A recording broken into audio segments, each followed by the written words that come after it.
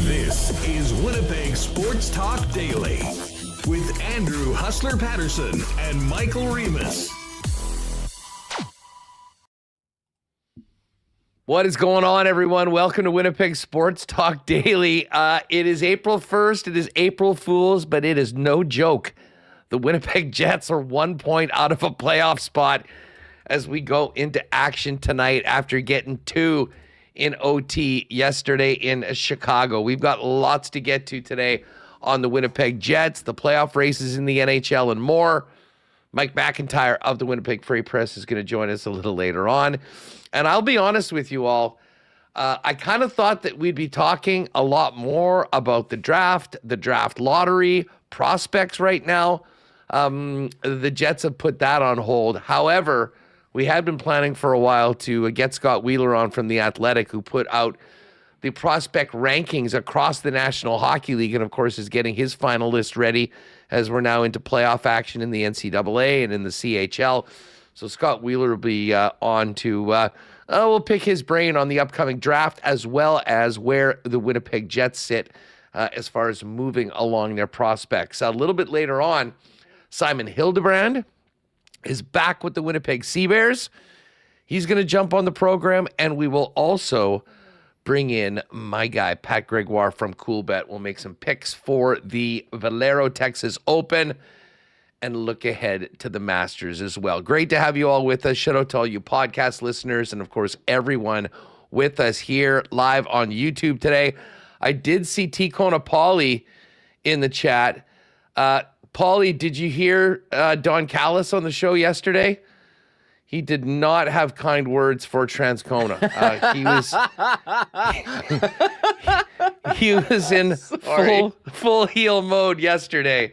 But good news is I'm going to bring Remis in right away, and we do have some AEW tickets to give away for the show tonight. So hang on just 1 second. We'll let you know about that. Do want to thank all the sponsors that make the show happen each and every day. Our partners at CoolBet, of course, Princess Auto, Chud's Power Sports, Clean Line Plumbing, Heating, and Electrical, Manitoba Battery, Aikens Lake, Breezy Bend, Royal Sports, Little Brown Jug, Boston Pizza, our friends at Uptown Alley, Rowley's Transfer, St. Vital Dental Center, Manitoba Building Trades, and the Manitoba Federation of Labor. And we will get to a why not question of the day for not AutoCorp at Waverly and McGillivray. Yeah, Reem, I'm honestly, I'm still laughing from the Don Callis appearance yesterday. Not too often I go back and rewatch interviews that we do. I gave a couple extra viewings to Don's visit yesterday.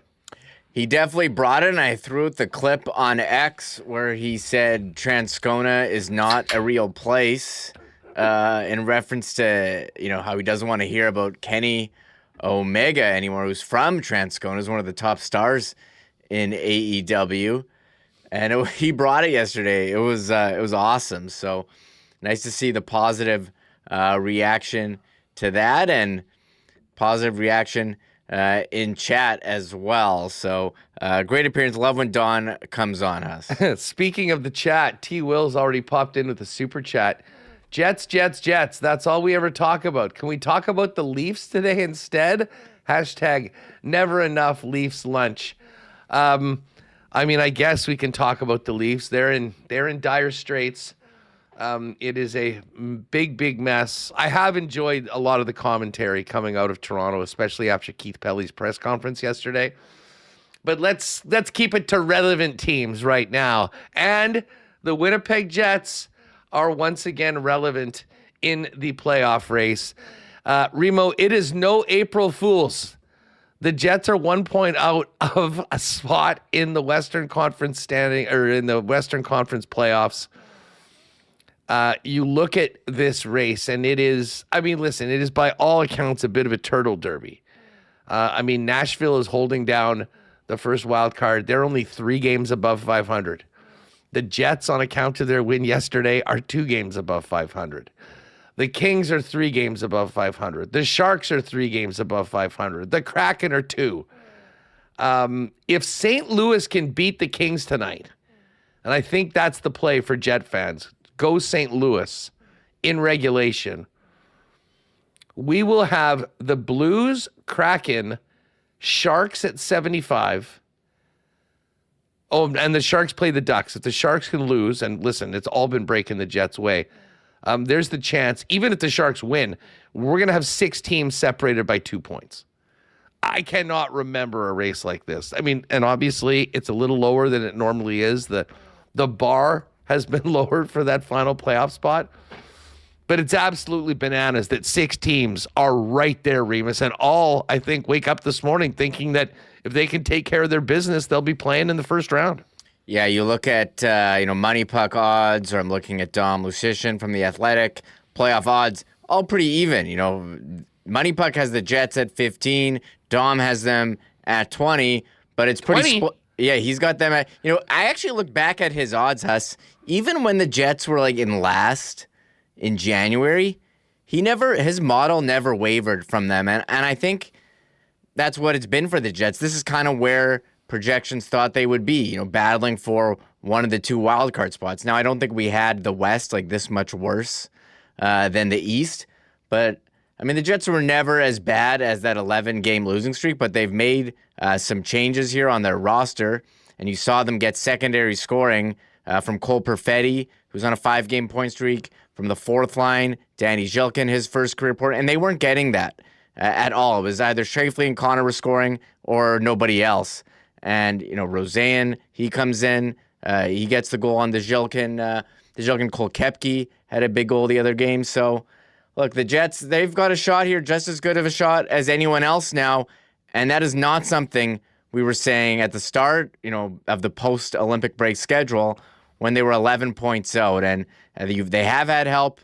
We've done a lot of scoreboard watching, and this is fun that this is going to continue. This is a surprise playoffs where I don't know if the marketing teams are going to be ready for this one now, Huss.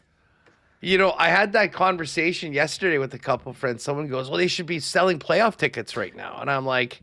It's premature. It is. Now, listen, they did put out... I have my playoff tickets. I was, if you have seasons or if you have a package, you're given the option. You don't have to pay for them up front. It's just pay as you play. So I'm like, yeah, I'm in for the playoffs. Good luck getting there. Well, now all of a sudden we're talking about that. And I can't believe that we are, but through some really good fortune on the out-of-town scoreboard and the Jets doing more or less what they needed to do to get back in, albeit still some points left on the table, we're at least talking about meaningful games. Now, their schedule is not easy. And, you look at the Kings, for instance, who have a bunch of head-to-head games against the teams that, are right in the mix, plus 2 against Vancouver. I think the reason why the Kings have the best odds, which is still just around 33 or 34%, I believe, is because of who they've got. But Winnipeg has a tough road. And here's the thing. They've earned the opportunity to be playing meaningful games and to be in it. But it's going to take wins to keep going and stay in it. And these next 2 games, I think, are going to tell us a lot about this club and whether we're going to be on this run through the final couple of weeks of the season. Because you've got the Dallas Stars tomorrow night, and then Bones and the Columbus Blue Jackets, who've been one of the great stories in the NHL this season, on Saturday. I'll say this about Dallas. Dallas has handled the Jets. I believe 6 of the last 7 of this head-to-head matchup has gone towards Dallas. But the Jets might be getting them at the right time. They came out of the Olympic break winning every game. They had a 10 or 11 game winning streak. They lost that 5-4, I believe it was a shootout win to the loss to the Avalanche, and then rattled off another 4 in a row.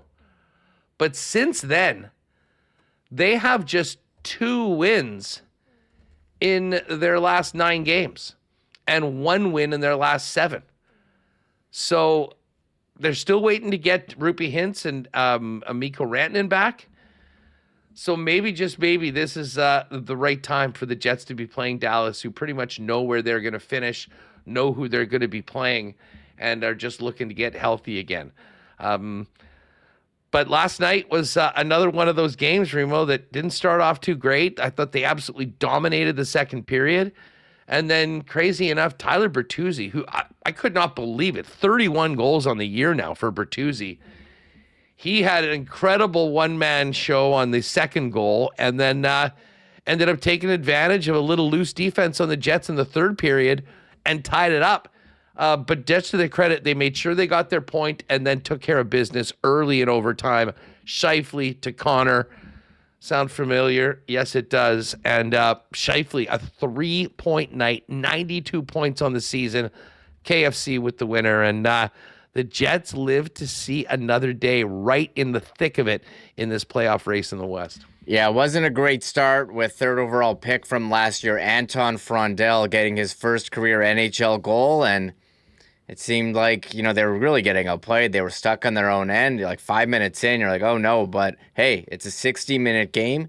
And credit to the Jets for battling back. Josh Morrissey, and what a goal by him, taking it to the net. Cole Perfetti on the one-timer. You don't think of him as a one-timer guy.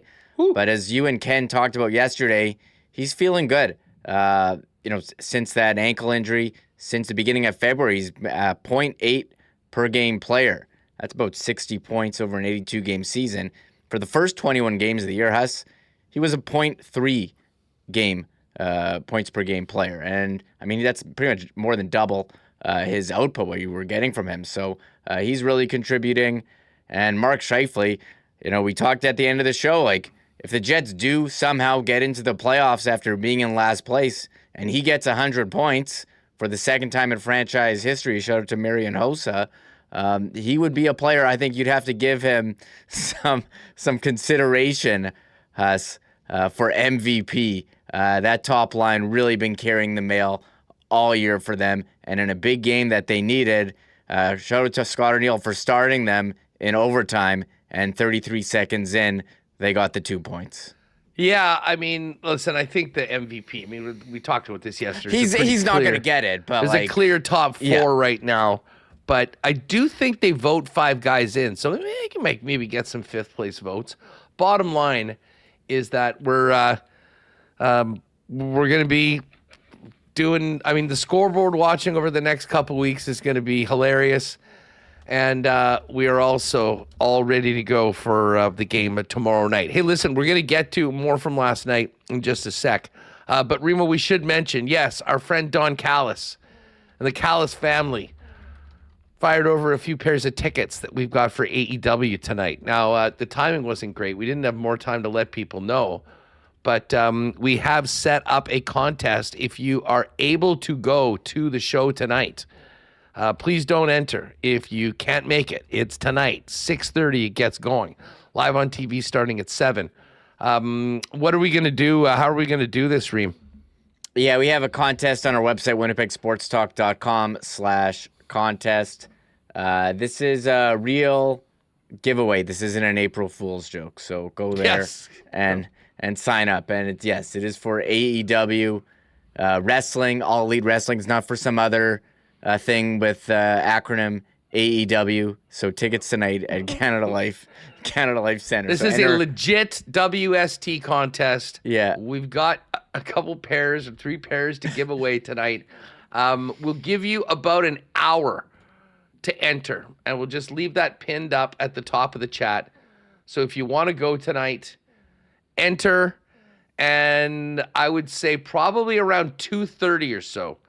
Maybe just as Simon Hildebrand comes in, or Pat, in that last half hour of the show, we'll let everyone know who the winners are, and we will send them the tickets at the end of the program. So it's gonna be fun tonight. We'll look forward to hopefully see some of you guys out there at the event. I do see, I think Comet. People were wondering who's going tonight. If you're already going tonight, let us know in the chat.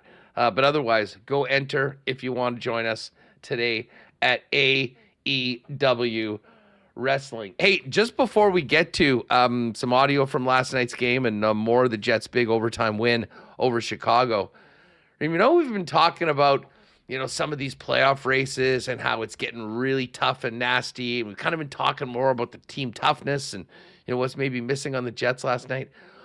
Who had two teams completely out of it having a goalie fight last night? Did you see Markstrom and Shesterkin going at it? And I was looking, I saw it on social media. So I went back into the game log and say, it must have been a huge brawl. It wasn't really. I think there was one interference call on it other than that. And it was Markstrom and Shesterkin, and those guys were throwing them last night. Okay, so here's some analytics for you, Huss. That is the third goalie fight in the NHL this season. Before January 19 of this year, there hadn't been a goalie fight in 6 years. And you said, was it last week, in your passionate talk about how games are ramping up, that fighting is back. Well, I think we can officially declare goalie fights are back. So intensity, two teams out of the playoffs, and you got a goalie fight. So awesome stuff happening around the league as, we're in scoreboard watch mode now every night with the Winnipeg Jets 1 game out. Yeah, as far as last night goes, the only other game that was really impactful to the race in the West was the Oilers-Kraken game. And the Kraken didn't have it last night. Shut out by Connor Ingram and the Edmonton Oilers, 3-0. So they stay where they are. And as we mentioned right now, you've got the Preds at 77. And then 1 point back of the Predators, the Kings and the Jets at 76. Kings do have a game in hand. That's tonight against the St. Louis Blues. The Sharks have 2 games in hand on Nashville and are 2 back. They're playing Anaheim tonight. So we're cheering for the Quack Attack. And the Kraken, now after that loss last night, 2 back of Nashville, 1 back of Winnipeg and LA. They have a game in hand on Winnipeg and Nashville as well at 73. And the Blues are going to play their game in hand tonight in LA against the Kings. With a win, they could get to 75 points after 74 games played. So any one of 6 teams could legitimately take this race. But it's going to be like whoever can win 5-6 of their last 7 games, probably going to be the team that's standing right now, because it's just a whole bunch of teams that are 3 or 2 or 1 game above 500. And it's a wild dream. If it ends up going, like say a team, it ends up 6 games above 500 gets you in, like that's only 88 points. Like it is likely right now that the threshold for making the playoffs will be under 90 points. And that is the first time that that's happened in a long, long time. We remember Calgary missing the playoffs last year at 96, and that certainly will be the case in the Eastern Conference, that you'll have some teams well into the 90s that don't make it, that don't get it in. Yeah, I think it speaks to the turtle derby, pillow fight-esque nature of this playoff race, where you have teams in the East with way better records that won't be getting in, and I guess it works out for the Jets for being a West team, and that's just how it's gone this year. Though the one team to watch has, for me, who's in the driver's seat, I have the Kings schedule here. They have a game in hand. If they win, they'll be 2 points up on the Jets and a point ahead of Nashville. Well, they're playing St. Louis tonight, who's been very hot, and they're in the middle of this homestand here. They do play Nashville twice on this homestand. They play the Leafs, who are, I don't think we're going to see as passionate of a game from them on Saturday that we saw from them most recently against the Anaheim Ducks. And they play Vancouver twice. They play Seattle, like Calgary. Like their schedule, they don't play any playoff teams. Well, I guess Nashville's in there, Nashville, but they play Edmonton. Like you play Vancouver twice, Calgary, Seattle, Toronto. It's pretty they're in the driver's seat, so we'll see if they can take advantage. I don't think LA has been a team where you're like, yeah, they're for sure going to do this, but the ball is in their court. They're holding serve and starts for them tonight to get back into the playoff spot against St. Louis. What are the playoff odds from Dom's model? You can get that up. Yeah, I'll throw that up. The money puck odds are Kings at 34.4%, Sharks at 25.6%, Nashville 21.2%, Winnipeg 15.6%, Seattle 15%, and St. Louis 4.8%. But again, that's their model. Remo, what about Dom? What does Dom have to say? So this is what he's got the Jets at 21.2%, the Sharks at 24.1%. He's got the Kings at 50.8%, and Nashville at 10.6%, and Seattle at 6%. Yeah, his is a bit different. I think because he's always been high on the Jets. I think his goes up. Maybe it's like more like based on like skill, like, and I don't know if money puck, like what they're putting into their model, but and interesting what people are projecting here as we try to figure out. Tico and Pauly's clap back to Don Callis though with a super chat us. He's got to defend Transcona. Yes, here we are. Callis, that tuxedo punk, stick to Maine because too afraid to come to Ticona. Whose house? LOL. Enjoy the wrestling and go Jets. Thanks, Ticona Pauly. Some good stuff last Sunday. Yes, comment. Ticona laying down the hammer and Ticona versus Callis in the cell. If you want to come to wrestling tonight, hit that link, go over and enter. We'll give away the seats in an hour or so and announce the winners and send them up. Let's get to last night's game. And was some tidy work by 55 and 81 with the winner. Here's Scott Arneal on the big 2 points in the extra frame, courtesy of the stick of Kyle Connor. Yeah, like you mentioned, we've seen a lot of that over the years, and that just it's kind of been this whole season there. When we need a big moment, a big play, that he certainly responded. That was a heck of a play. It was like to see the power play come through for you. I know it's been a tough go here. I thought both specialty teams. Obviously, our PK was huge, especially on the 5-on-3, and then the power play. We had talked about Chicago when they get if the puck turns over, they'll take off and try to score, and our guys tracked back and they did the job just like they would 5-on-5 and created the turnover. And real nice play by Al, and obviously Feds to bury it. But I really liked our puck pressure, our puck pursuit, and then we had some looks there. And those guys, they know what they're doing, and when they get rewarded like that, it helps calm things a little bit for the next power play. There's Arnie. Speaking of getting rewarded, big goal from the fourth line, the kid line, if you will. Danny Zhilkin, Parker Ford, and Isaac Rosén. Now they, played sort of fourth line minutes. Zhilkin was 654. Rosén was 725. Parker Ford was 810. But they were getting shifts even late in the third period as well. Now, a big part of that was the goal that they were able to score. Rosén off a great face-off win from Danny Zhilkin. Here's what Arnie had to say about the youngsters on the fourth line. Yeah, like you mentioned, we've seen a lot of that over the years, and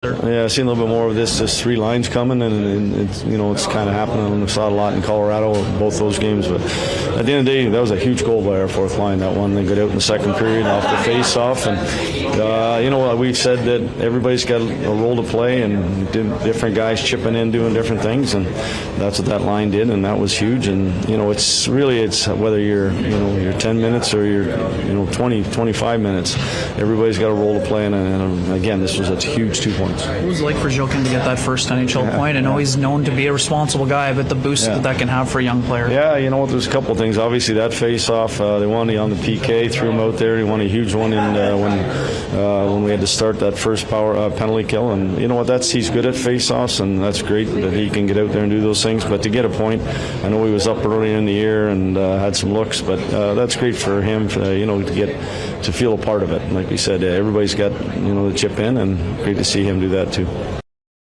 All right, one more from Arnie. How does the head coach feel about climbing all the way back and being just 1 point out of the playoff line right now? Yeah, I've seen a little bit more of this. There's 3 lines coming, and we just said take care of our own business, and that's what we're trying to do. And that's we got ourselves here, but we can't take our foot off the gas. It doesn't get any easier with going into Dallas and then Columbus. So a lot of heavy lifting still to go, and we got to make sure that continue to do those things that keep us in games and that give us a chance to win. All right, so there's head coach Scott Arniel. We mentioned the Isaac Rosén goal and obviously the winner from Kyle Connor. The other 2 goals, absolute beauties. What a pass by Alex Iafallo to the one-timer to Cole Perfetti, who shown a little bit of life in the power play. But for my money, Remo, the Jets weren't particularly good in the first period. Chicago was carrying the play. The goal by Josh Morrissey to get the team tied up, just an absolute act of individual brilliance, using some of his patented moves to juke a couple guys, then taking it to the net and beating Spencer Knight. Yeah, you don't really see that too much from the defenseman, but the lane was there, and he said, hey, I'm gonna take it, and went in and put the backhand behind Spencer Knight. So Morrissey, he's got his own point streak of his own here. He's got 1, 2, 3, 4, 6 in the last 5 games. And that was an element they were missing coming out of the break. And he seems to be a guy who's finding his game as well. So shout out to Josh Morrissey. The guy, what is he, 5th or was he 3rd in Norris Trophy voting last year, I believe? I think he was. No, he wasn't a finalist. Oh, so was a finalist. He was a 4. I think he was 4th. He was 4th. I only say that because I put out that reel of you and Rennie, and Rennie's listing off the Jets' talent. People were saying Morrissey's not a top defenseman. I'm like, I don't know. He was 4th in voting for the award. Well, I had someone today in the comments saying that you and Ken had soft commentary on Perfetti. I was like, well, you guys are talking about his play right now. He's on a 5-game point streak. He's been playing well. I don't know how you could say he's not playing well right now. Overall, yeah, it's been disappointing season for him, but who cares about that? You care about what are you doing for me lately, and lately he's been pretty good. Well, listen, it's a marathon, right? It's 82 games. This team was dead to rights a few months ago. Well, they're not anymore. So we live in the moment, and we're certainly not at the beginning of April in the middle of a playoff race going to be spending a lot of time talking about December struggles or how they got into the situation that they were in. For the team right now, it's moving forward and see how this all plays out. I did want to play a couple clips from Josh, though. And let's go with number 4. Let's see one of the leaders in the club. Here's what Josh had to say about where the Jets have come from and where they are right now, just 1 point out of a playoff spot. Wait, Josh? Yeah, Josh Morrissey. We just said... 5. Sorry. I'm done. Yeah, it's I thought you said great. clip 4 and then said clip 5. Have no quit in this locker room. We had a good start, and then a large stretch of the year that we didn't really feel like it was our group and just couldn't really get any traction. And I think just it's been kind of well documented. We had the guys had a great Olympic break, and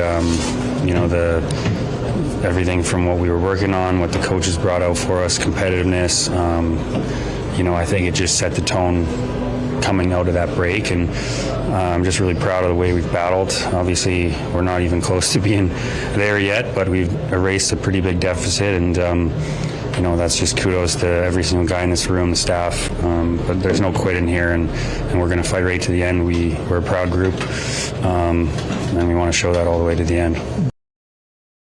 All right. Now, do have Scott Wheeler coming up. We'll have more on last night's game and a look ahead to Dallas with Mike McIntyre coming up just after 2 p.m. But before we do that, here's one more from Josh. And this is on kind of leaning on the team's experience playing in important games and how beneficial that can be as they look to try to get into the 8th spot in the West.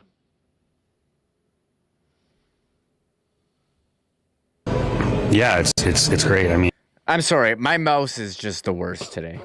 you know what, we were saying it all year when we were struggling, but this is a team that knows how to win hockey games and has won a lot of games in the regular season the last number of years. So, of course, there's always new faces, but a large part of this group has been together and has had success in the regular season, has had success down the stretch when the games tighten up and when it matters most. And to be honest, I think that's when the makeup of our team is sort of best fitted for those tight games. We pride ourselves on being a good defensive team, and that's so much more important down the stretch as the games get closer and closer. So I have a lot of confidence in our group, and as I said, there's no quit, but we're coming from behind.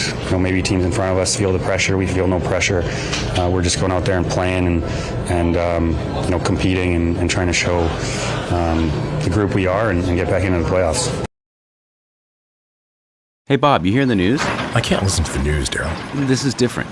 Oh, it's so negative. Not this time. Manitoba's got these new jobs agreements. And when the government builds things like new schools and hospitals, they'll hire Manitoba workers first. Really? Creating good jobs with union standards and more apprenticeships for Manitobans. And we'll get rid of those out-of-province license plates on job sites.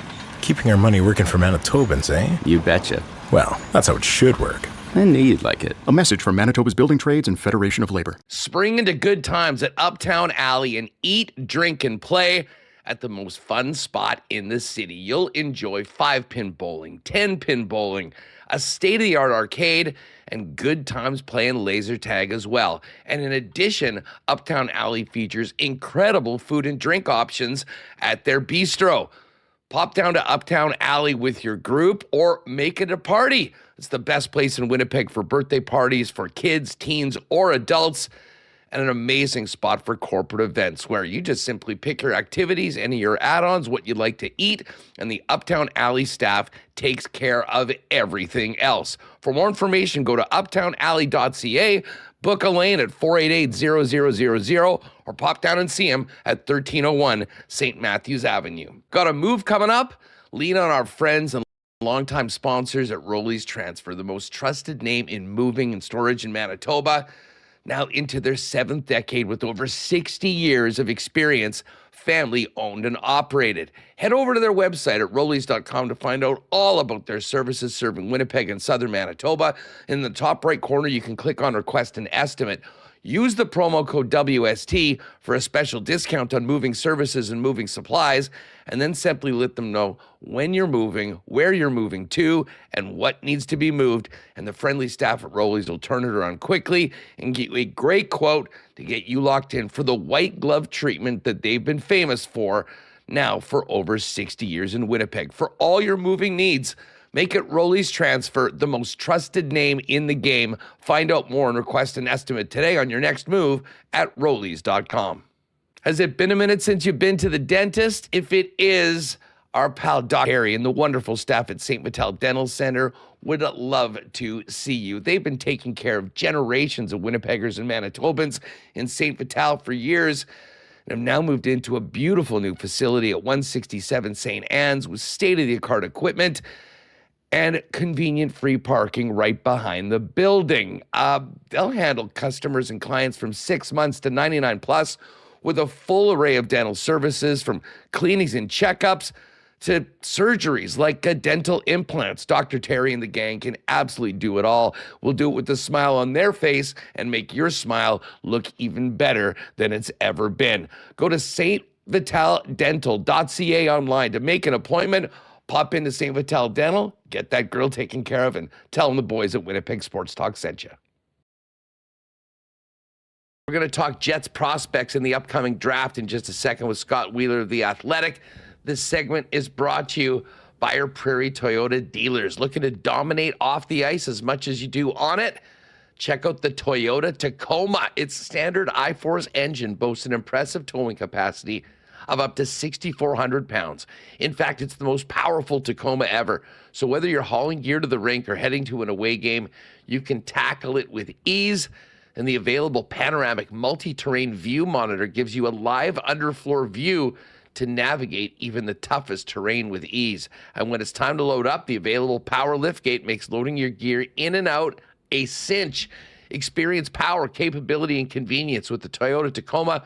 Visit shoptoyota.ca or your local Prairie Toyota dealer through Red Tag Days from March through May. Scott Wheeler of The Athletic has his list out.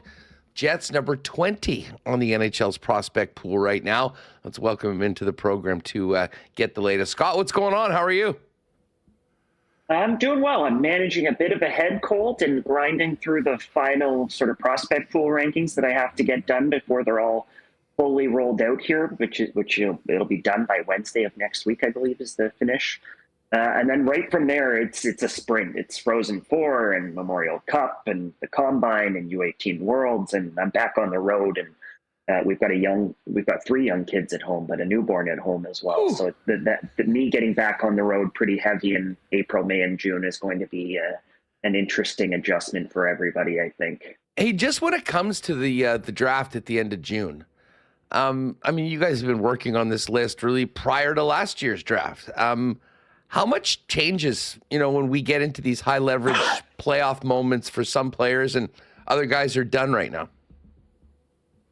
Well, there's still meaningful hockey to be played. Like, we've still got the CHL playoffs have just gotten started. In the CHL, almost everybody makes the playoffs, so that means almost everybody is still playing. That will thin out pretty quickly, but then the kids that get thinned out through the first 2 rounds are going to end up playing for Team Canada by and large, unless they're a late birthday, are going to end up playing for Team Canada at U18 Worlds. There's talk of Gavin McKenna potentially even playing for Team Canada at Men's World Championship, so Gavin will likely continue to keep playing. Several of the top sort of players in Europe are still playing, whether that's Viggo Bjork, whether that's Ivar Stenberg, whether that's Albert Smits, who has now made the move from Finland, where he was playing basically the entirety of this year, to the DEL in Germany. I think we'll see some of those players at Men's Worlds as well. Caleb Malhotra with the Brantford Bulldogs has a real chance to win an OHL title and play the final hockey of the calendar, which is at the Memorial Cup. So there are still balls in the air. Obviously, Gavin McKenna's Penn State Nittany Lions getting eliminated did sort of essentially end his season, barring an appearance at Men's Worlds. But there's still talks being had. Like, this isn't a draft class that has crystallized. Like, I always look back at 2023, for example, where you knew almost before the season even started, frankly, that Connor Bedard and Adam Fantilli and Will Smith and Leo Carlson and Matvei Michkov were going to be the cream of that crop. And there were others. David Reinbacher ends up going 5th overall. There were others who sort of emerged within that class. But that core of the top players was pretty agreed upon pretty early and then didn't really move. This draft has not felt that way at all. There has been discussion really right since the early fall about Gavin McKenna's place as the number 1 prospect in the class. There are 4 or 5 defensemen that different scouts will tell you are the best or second best defenseman in the class. And they're even the number 1 center in the class has changed over time. It started as Tynan Lawrence of the Muskegon Lumberjacks, who later went to BU, as the sort of presumptive number 1 first center to get picked in this class. And I now think that it's going to be Caleb Malhotra, who's the first center picked on draft day in June in Buffalo. So there's been a lot of jumping around in terms of boards, and I don't think that that's over. I do think that Gavin's probably going to go 1, especially if it's a Canadian team that's picking at 1. I think Stenberg's going to go 2 or 3, and one of those defensemen will go in that top 3 with them. But it does feel really live after that. Like, you could see Malhotra go 3 or 4. You could see any number of those D go 3 or 4. Lawrence could still conceivably go 3, 4, 5, 6. So there's a lot that still needs to be determined. And some of these kids are going to go to U18 Worlds. Like Timon Lawrence is going to U18 Worlds. Keaton Verhoff is playing in the Frozen Four this next week. So it's not over. Like, decisions have not been made. Boards have not been finalized in the way that they maybe were in some previous drafts. Who's your number one? How close is it to number two? And has it changed over the course of the year? Or you've been locked on one guy all season? Well, I do 7 lists for each draft, and I'm through 5 of them. I'll have a 6th list out after U18 Worlds, and then my final top 100 in June, close to the Combine. That's sort of the schedule that I operate on. It's basically a list every 2 months in advance of the draft. And 4 of those 5 lists have been led by Gavin McKenna. 1 of those lists has been led by Ivar Stenberg. I still do have Gavin McKenna number 1 on my list, and expect that he'll probably be number 1 on my list at years on both of the next 2 lists. But it's close. And I think Stenberg, I think the 2 wingers are the best talents in this draft class. I like all of the D, just like everybody else likes all of the D, but I do wonder if that group of 4 or 5 defensemen, you're looking at a number 2. Like, you're looking at a top-pairing defenseman who makes $8 or $9 million for you. Maybe one of them emerges as a true star and makes that sort of $10+ million for you. And contracts are changing, so who knows what those numbers will look like on a scale. But that's the kind of player you're talking about. Like, I think you're looking more at that sort of Owen Power, Aaron Ekblad quality of defenseman at the top of this draft than you are at a Quinn Hughes or a Cale Makar in terms of what they've represented to their organizations. Now, those are still hugely important players. They're Moritz Seider comes to mind, Jake Sanderson. Like, I think we're talking about that tier of player in terms of these defensemen.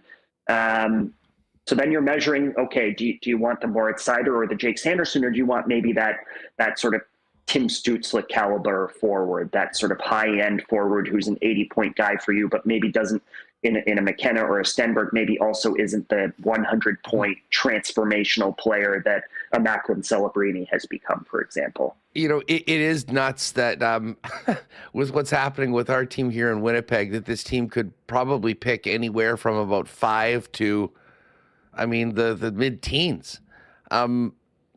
Is there? We saw the Islanders jump up from 11-1 last year. So who knows? Maybe they'll be picking first overall. Well, I guess that's a good point. I mean, I guess if you're within that threshold, you could move all the way up. But what I did want to ask you just before we get to the Jets prospects is, in your opinion, of that top tier of players, like how many prospects are there before there's sort of a drop off? Like, where do you want to be to assure yourself, at least in your mind, of getting a really good pick at the top of the draft? Well, I have a clear top 12 on my list, and that top 12 has been crystallized for me for most of this year now. Like, those 12 haven't moved. I don't think there's going to be a 13th player who joins that group. There are a couple of players that I have in that group who wouldn't necessarily be in everybody's top 12. I think of Ryan Lynn. I think of maybe even Viggo Bjork, although I think Bjork is more and more in many of those conversations now. But there's 8. If you were to poll NHL scouts, there's probably 8 or 9 players who are in that group, and then 4 or 5 other guys who have a case to be top 10 picks. There are a couple of players also outside of my group of 12 who others view in that range. Oliver Suvanto, a Finnish center who's played in Liga all year this year, is one of them. Oscar Hemming, another Finnish forward who played at Boston College this year after sitting out the first half due to a contract dispute with his club back in Finland, is another one who's in that range. I view those guys as more team guys than top 10 guys for me, but they are in some top 10s and could go around 10. But there's the 3 centers are agreed upon in Malhotra, Bjork, and Lawrence. Then you've got the 2 big wings, and then you've got, debatably, he's injured now and his season is over, which is a huge disappointment for the Windsor Spitfires. Debatably, winger Ethan Belchez is also in that mix. And then you've got 4 or 5 defensemen that are in that mix. So you add that up, it's probably 9 or 10 guys. Scott, what was it, last week or so, you put out the prospect rankings for the National Hockey League, and the Jets went from 15 to 20 overall. Just thoughts on, dropping 5 spots on that list before we kind of wheel in on a few of the players on it. Well, they didn't pick until they took Sasha Boumediene, and Sasha's had what I would qualify as a bit of a plateaued year. I wouldn't say that Sasha took a step this year in his sophomore season at BU. BU struggled as a team, and the Terriers had a really tough year after multiple, 3 straight years going to the Frozen Four, had a tough time as a team. Like, everybody on that team underperformed, and oddly enough, that feels a little bit how the kids who are on the Manitoba Moose feel as well. They actually feel a little bit like BU this year, and that everybody on the Moose, at least the young kids, have struggled this year to sort of take that next step, with maybe Sal Monson being who was my number 1 on my list and was number 1 on my list a year ago, being the exception to that rule. The forwards are like, they've just got a pool of tricky prospects. Like, Brad is tricky, and Sasha is tricky, and Colby Barlow has really underperformed, and even Braden Yager is a little tricky just because you don't know how much. Good player, well-respected player, pedigree in terms of top WHL prospect, captain for Team Canada at the World Juniors, top scorer in the WHL, although his numbers never really popped to get past that sort of 100-point mark in the WHL. But even with Braden, you wonder a little bit about the ultimate offense. So it just feels like there are a lot of guys there. And I know Chibrakov's had some highs and some lows as well. It just feels like a lot of guys there where you're still trying to figure them out. And eventually they have to figure it out themselves. And they just have to prove beyond a shadow of a doubt who they are and establish themselves as NHL players, like Elias has done. There are some bright spots. I say all that, and that sounds all quite negative, but there are some bright spots in the pool as well. Kevin He has had a really positive 2 final seasons in junior and is going to turn pro next year. Kieran Walton led the OHL in shots on goal by nearly 100 shots this season. He had I believe it was 364 shots on goal, which is a crazy number, even for the best of the best who come through the OHL. Kind of 300, 325 is normally the barometer. 364 is a ridiculous number. I believe the next closest player in the league this year was 276, which is actually draft eligible Adam Novotny, if I'm not mistaken. I was actually just looking at the numbers earlier today. But crazy numbers for Walton in terms of shot generation. Has played some center. He's primarily a winger, but has played a little bit of center after a trade to Peterborough as well. And he's a 6'6", 6'7". You stop counting when they're that tall forward who has like legit hands and toe drags and a curl and drag release and some really interesting elements. So Walton feels like the bright spot for me. And there are others. Alphonse Frey had a decent year in Sweden, and there are some other players sort of further down the depth chart. But it's the Lamberts and the Jagers and the Boumediens who you have to, like, those guys can't miss. And some of them feel like there's a little bit of risk in the profile. You know, just on Walton for a minute. I mean, you laid out what he's doing offensively.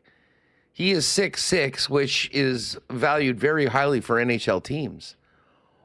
With what he's doing, like, first of all, why was he available in the 6th round? And like, why is he not higher on some of these lists? And it seems like people still have reservations as to whether he can be, an everyday NHLer. Part of it just comes down to pace with those kids. Like, there have been a lot of talented kids who've come through and made it work. Both of the Protas brothers in Washington are obviously the most recent examples. One of them's already established as a 60-point player in the NHL. The other is one of the best young players in the AHL at the moment. But there have been others over the years, and it's a long list of them, including first-rounders who've come through, or even Elmer Soderblom comes to mind as a recent one in Detroit, who had all the skill in the world for a big man and just has not been able to sort of fully establish himself as an everyday NHL player. It's taken Anthony Mantha Anthony Mantha's 31 now and scored, I believe, 60 goals in the QMJHL in his last year in the Q there. Like, was just a force in the QMJHL. but it has taken him until he's 31 to have a breakout season in the league with the Pittsburgh Penguins this year, right? So it can just be like, as much as there's limitations for your 5'8", 5'9" guys in making that jump, there are also natural limitations, especially for forwards that big. Obviously, Brian, there are some success stories over the years. Blake Wheeler in Winnipeg, Brian Boyle, the Hayes brothers.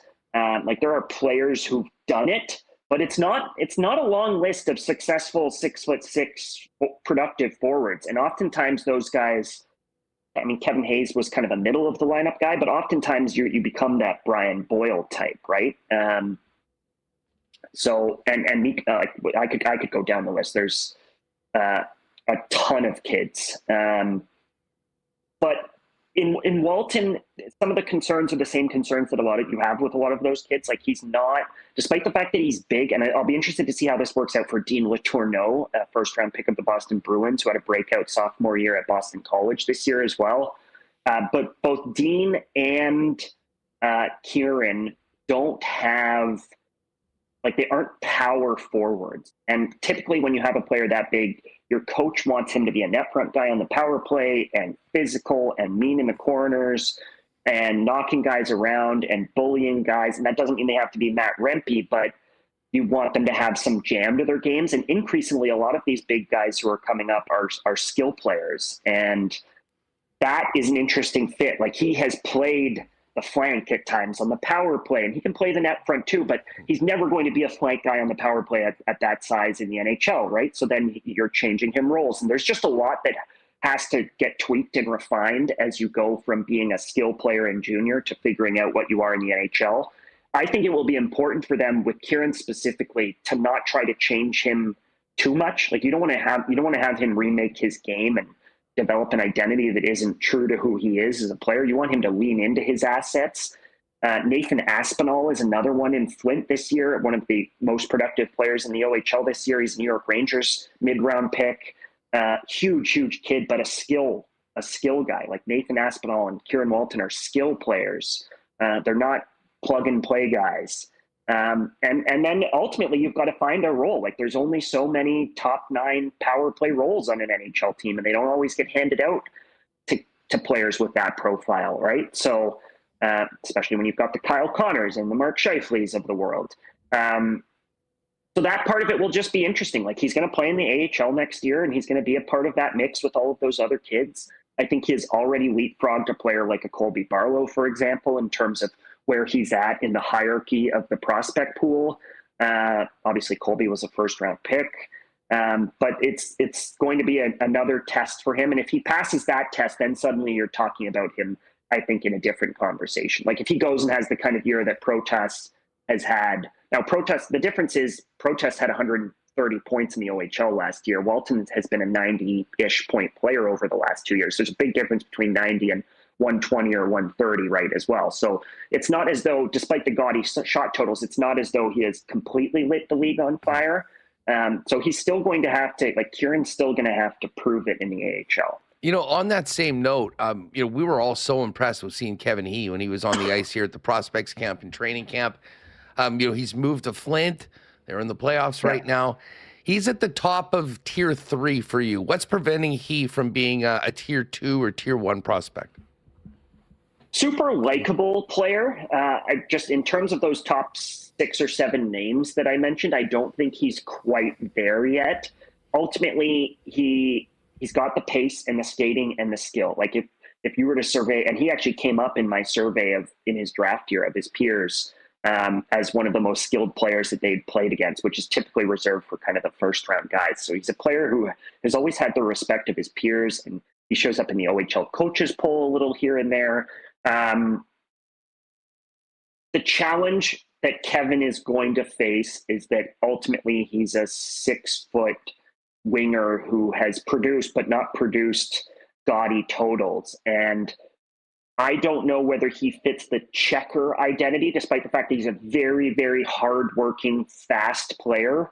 I don't know whether he fits the checker identity, and I don't know whether he entirely fits the sort of skill scoring identity either. So with he and players like him, the risk is always that he becomes that sort of second line AHL player who plays 100 to 150 games over the course of his NHL career, but is kind of stuck in that mushy middle as a good AHL player who has the skill and pace that the NHL requires, but maybe doesn't have the rest of the tools that the NHL requires for an everyday guy. Scott Wheeler, The Athletic, with us here on Winnipeg Sports Talk. Scott, one other thing I wanted to ask you. We've been watching these wars in the East right now, and I mean, it's very physical. There's tons of fights. And that's, happening in some of these West games. And we know it's going to be the case come the playoffs, certainly looking at what Florida's done the last couple of years. How difficult is it to judge the fight, the jam, the grit, whatever you want to call it, of players that you have to have a certain amount of skill to be able to play in the National Hockey League?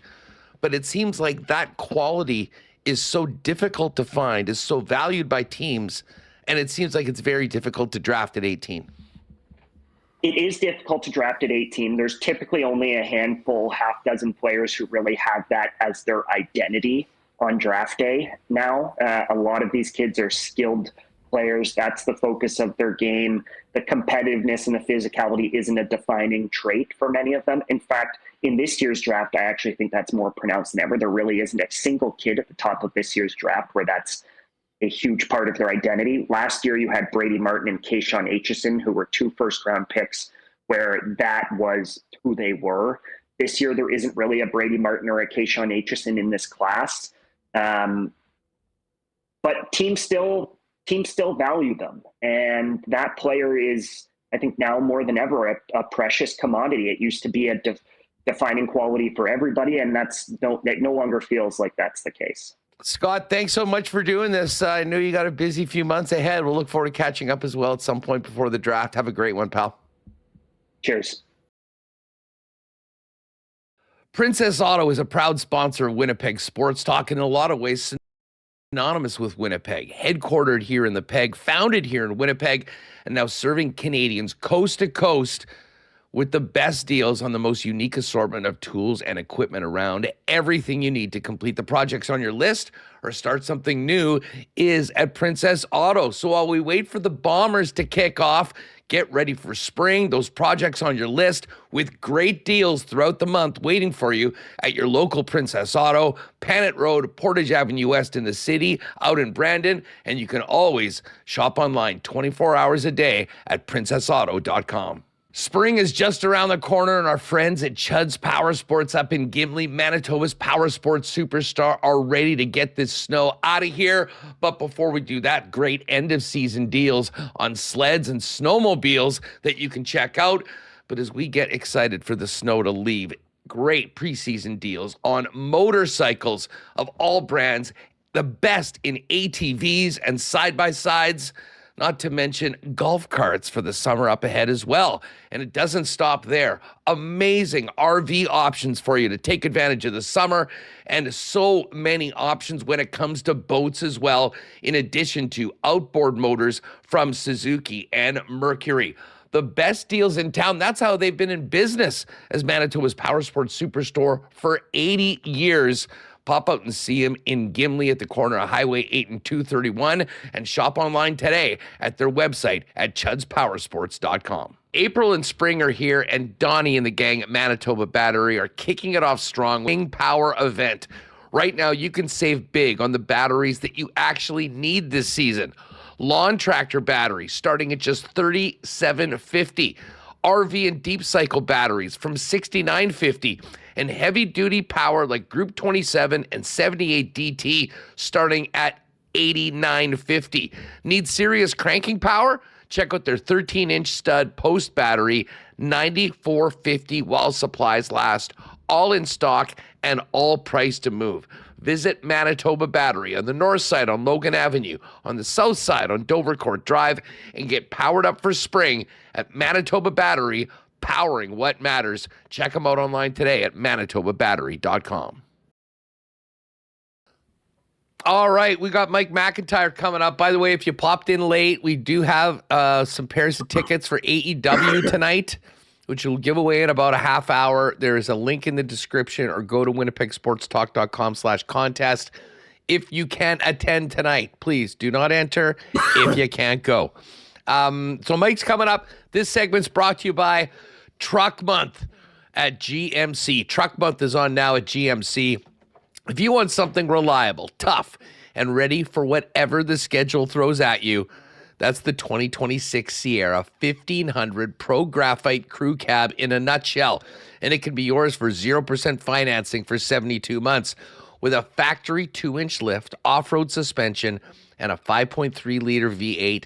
This is one ready for anything truck. Don't miss out. Get to your local GMC dealer and take advantage of Truck Month before it ends. Mike McIntyre, the Winnipeg Free Press, joins us now. Mike, what's going on? Us, doing well, thanks. Yeah, good to be here. How about those Jets? Are we witnessing the first Manitoba miracle? What, it took 1.6 or what was it? What was the final verdict on that? 2.2, 1.6? 1.6 seconds remaining. 1.6. Are we seeing a season-long Manitoba miracle playing out here? One that's going to span like 16 weeks? 22 weeks, whatever it is, kind of feels like we might be, in all honesty. Pretty remarkable what's happening. I don't know how many times it's looked like this team, like it was curtains. It was over. I mean, I think of, the Montreal game going into the Olympic break. Yeah. Which was a real dud. And then, they get the wins and then just absolutely no show for that Ducks game and then lose to the lowly New York Rangers. At that point, okay, obviously that's it, right? And then, was it beating Tampa? Was it Colorado at home? For me, it was that Saturday night win in Colorado that myself and I think most people did not have on their bingo card that made you realize, okay, well, they're doing their part, but there's so many other teams.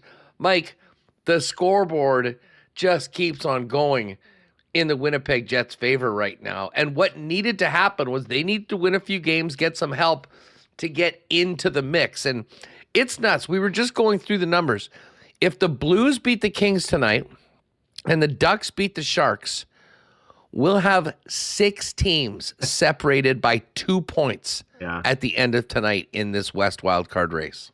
Maximum chaos for sure. And, that's the only thing, I guess, Huss, if you're looking ahead at the schedule, one thing is going to start to change. Some of those teams in the mix are going to start winning games because the schedule says someone has to, right? Because they start to play each other. So I believe it's St. Louis, LA tonight, and then LA, Nashville tomorrow. Like that is, you're talking about an enormous 24 hours for the Los Angeles Kings. If they could win both those games at home, suddenly they are in the absolute driver's seat, but they got to win them. And like you say, I mean, there's the 3-point possibility, which if you're the Jets, you don't want those games to be 3-pointers. You want someone to win clean. And I guess if you're the Jets, you're hoping LA goes 1-1, I guess. You don't want them to win both, but you also don't want them to lose necessarily to Nashville tonight because that's the team that right now you're trying to chase. So a lot of scenarios in play. And I guess, what we can say about the Jets, Huss, is they've done a pretty good job of tuning out the noise, if you will, and just going about their business. It has not always looked pretty. Last night, first period last night, even the third period was probably a little too close for comfort for Scott Arniel and his group. But when push came to shove, they got the 2 points, and they've been able to do that a lot lately. It's pretty remarkable the roller coaster ride this team has been on this year. You look at their first 12 games, 9-3, then the next 30 where they only win 6, including an 11-game losing streak. And now if you look at their last 32, Huss, and especially since the Olympic break, Jets are one of the best teams in the league. And yeah, some people will say, well, they took advantage of a softer schedule. And that's true to a degree, but they also have beaten some teams, like you say, Colorado, Tampa, Minnesota earlier on. they've won some games that maybe people would say they shouldn't have won, and that's why they're where they are now. They got 8 left, and they're going to have to still win some more games against teams that on paper you'd say they're in tough against. And starting with tomorrow night, Huss, I suppose if you look at these last 2 games of this road trip in Dallas and a pretty hot Columbus team, although they've cooled off a bit, and all of a sudden Columbus is getting pretty desperate now. If you're the Jets, I guess you could afford to win only one of these 2, maybe? No, what are you talking about? Yeah. I mean, you probably have to win both. You're right. I think they could maybe afford one more loss this year. If they have 8 left, but it's who it's against. They got to beat Seattle. They got to beat Seattle. They got to beat San Jose probably in that last game. But yeah, it's where the loss is, and they might be able to afford one, but it probably can't come tomorrow night. No, I guess if you lost tomorrow and ran the table and won every game the rest of the season, it's probably enough. I mean, the bottom line is right now, the team that's in the wild card spot is 3 games over 500. Yeah. The Jets are 2 games over 500. If you end up, for every game above 500 you finish, it's 1 point above 82. Right. So, right now, if we're projecting, now the Kings do have a pretty easy schedule. We went over this earlier today, but Vancouver 2 more times, right? Here's their run. They've got these back-to-backs at home tonight and tomorrow. Huge games against teams chasing them. St. Louis and Nashville. Saturday, they get the Leafs. Monday, the Predators are back for another game head-to-head. Home to Vancouver, home to Edmonton. So a 6-game homestand. And then Seattle, Vancouver, Calgary. Let's say that the Kings, who are, let's say they go 6-3. If they go 6-3, you are adding, so 3 more games above 500. They are at 3 above. So that would be 6 above, which means 88 points. Now, the thing with the Kings is that they don't win any games in regulation. No. So they do not win the tiebreaker against anybody. So, I mean, if you look at 88, 89 points as the threshold for a team like Winnipeg, 88, 89, that's 6 or 7 games above 500. Well, the Jets are 2 right now. So I guess being +5 the rest of the way, which would be like 5, 6-1-1. Yeah, 6-1-1, right? And even 7-1 to be really safe, I guess. But 6-2, like you say, that probably doesn't get it done. Especially when you look like you that say, would get them to 88. But they play Nashville twice, so someone's winning a game. There's 2 wins there for someone. They play Seattle, another team that's right in that mix. Someone's winning that game. You're right. I mean, if you're the Kings, I guess I'd look at it this way. These next 2 games, if they win tonight and tomorrow, they are really in control with what they have left on their schedule. Mm-hmm. If they don't win these next 2 games, they're in some trouble. So, I mean, the Jets can't control, obviously, what the Kings do tonight or tomorrow. But yeah, it does. Look, the Jets have been playing essentially must-win / can't-lose games for a little while here. I suppose they've lost a couple of them. And to your point, when we first came on here, Huss, I feel like I've already written about 3 obituary gamers on the Jets in the last, since the Olympic break, where it's like, okay, well, that ought to do it.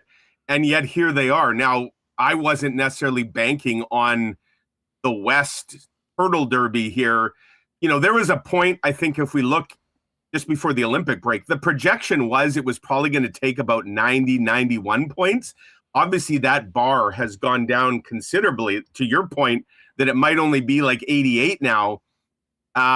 So that's something that the Jets have had no control over, but it's worked in their favor, that the bar has gone so low for getting that final wild card spot that it's kept the Jets and a bunch of other teams in the race. And, even St. Louis, Huss, although the way they lost that game the other night in San Jose, giving up the the go-ahead goal in the final minute. Like, that was a bad regulation loss for the Blues, because the Blues have been playing. They've been one of the hottest teams in the league, and they were still in the mix as well. And the Jets have a game against them next week in St. Louis. So, they basically would have to run the table now. But yeah, it's made, this is why, for all the talk about changing the playoff format and, making every game worth 3 and all that, Gary Bettman would point to all this right now and say, this is why we're not changing anything. Because here we are, Huss, with the regular season. It's April 1st. The season ends in 2 weeks and 2 days from now.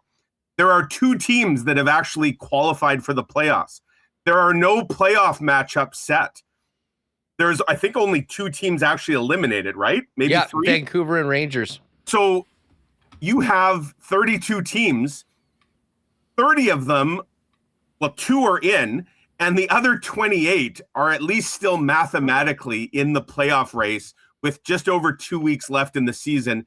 And like you say, there is a 6-team schmozzle for what will be that final spot. Gary Bettman loves this. This fan bases love this too. And I suppose this is why we're probably not going to see any changes in terms of how the games are dished out point wise. Yeah, and listen, I mean, the Jets, for their better play recently, are still just 2 games above 500. I mean, all of these teams are just very middle of the road squads. But what is interesting, because I mean, of course, at the same time we've been talking about, can they get back into it? We've been talking about the draft order and where they would pick. And what's crazy, Mike, is that even with what they've done, like, it's probably equally as likely as they still pick in the top 7. Yes. Than if they make the playoffs. And honestly, I think these next 2 games are going to be crucial. I mean, if they can find a way to go in, and by the way, Dallas, who is the hottest team in the league coming out of the break, I think they won 15 of 16 games overall from before and afterwards. They've lost 6 of 7 right now. Yeah. They're taking on water, waiting for Hintz and Rantanen to get back. They pretty much know where they are.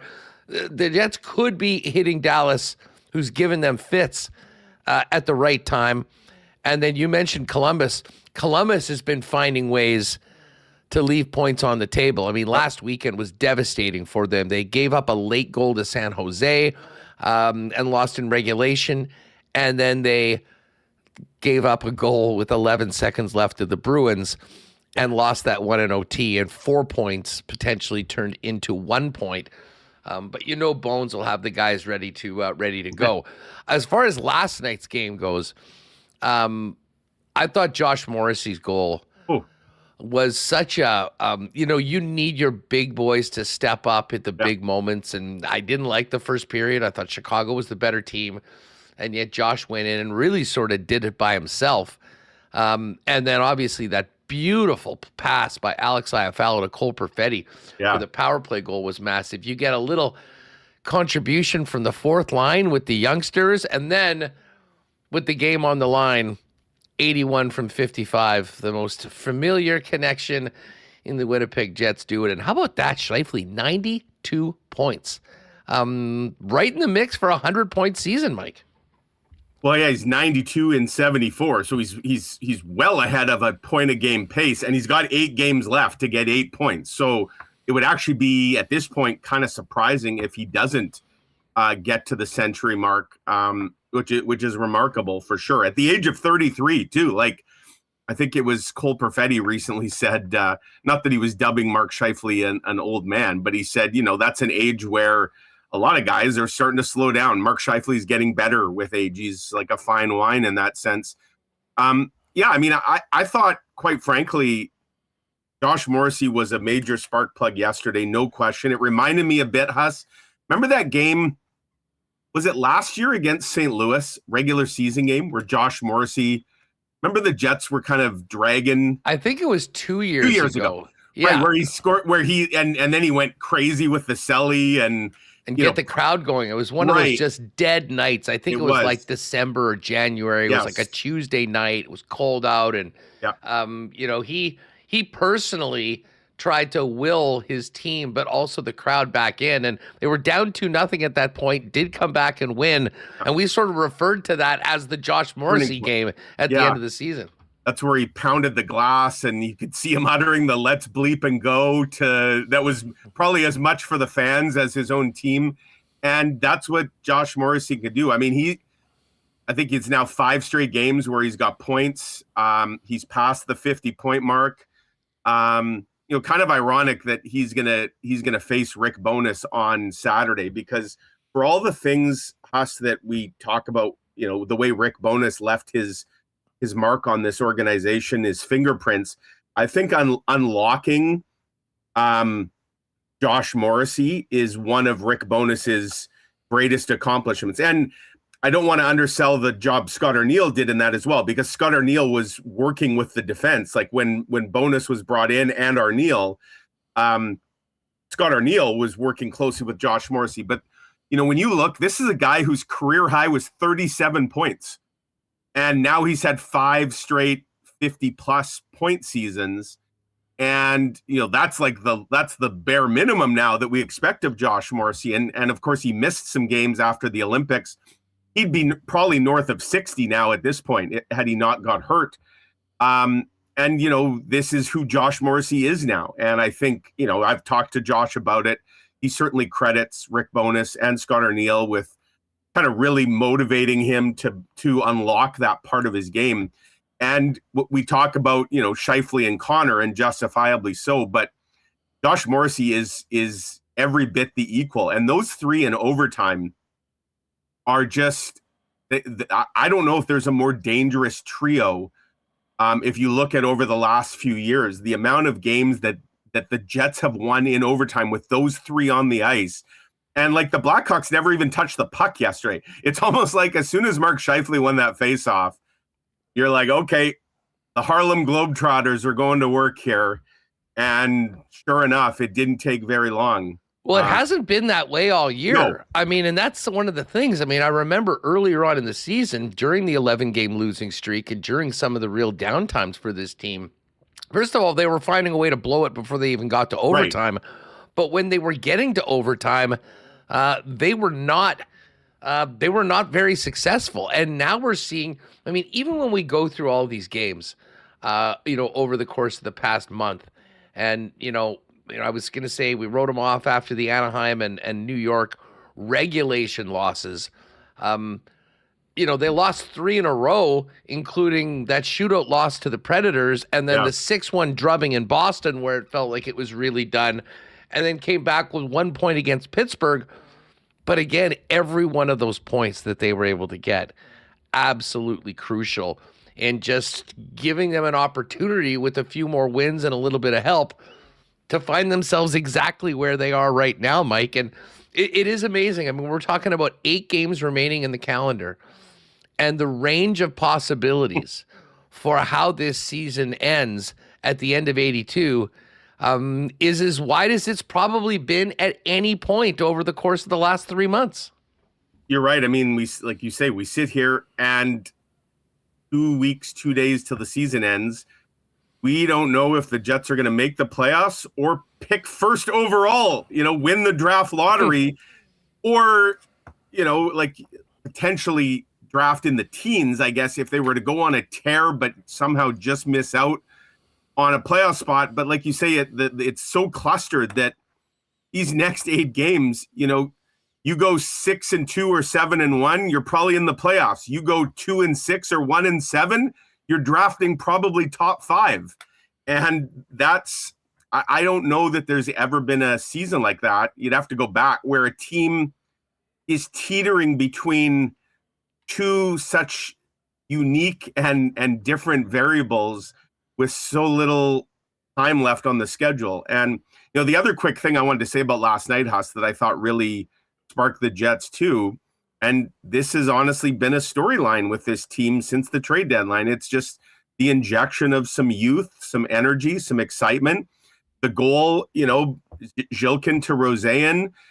We've talked a lot about Salmonson and just how he's cemented himself. Brad Lambert, maybe he's not putting up the points necessarily, but to me, Brad Lambert, does not does not look out of place at all. And, it's funny. The Jets almost face a conundrum, potentially.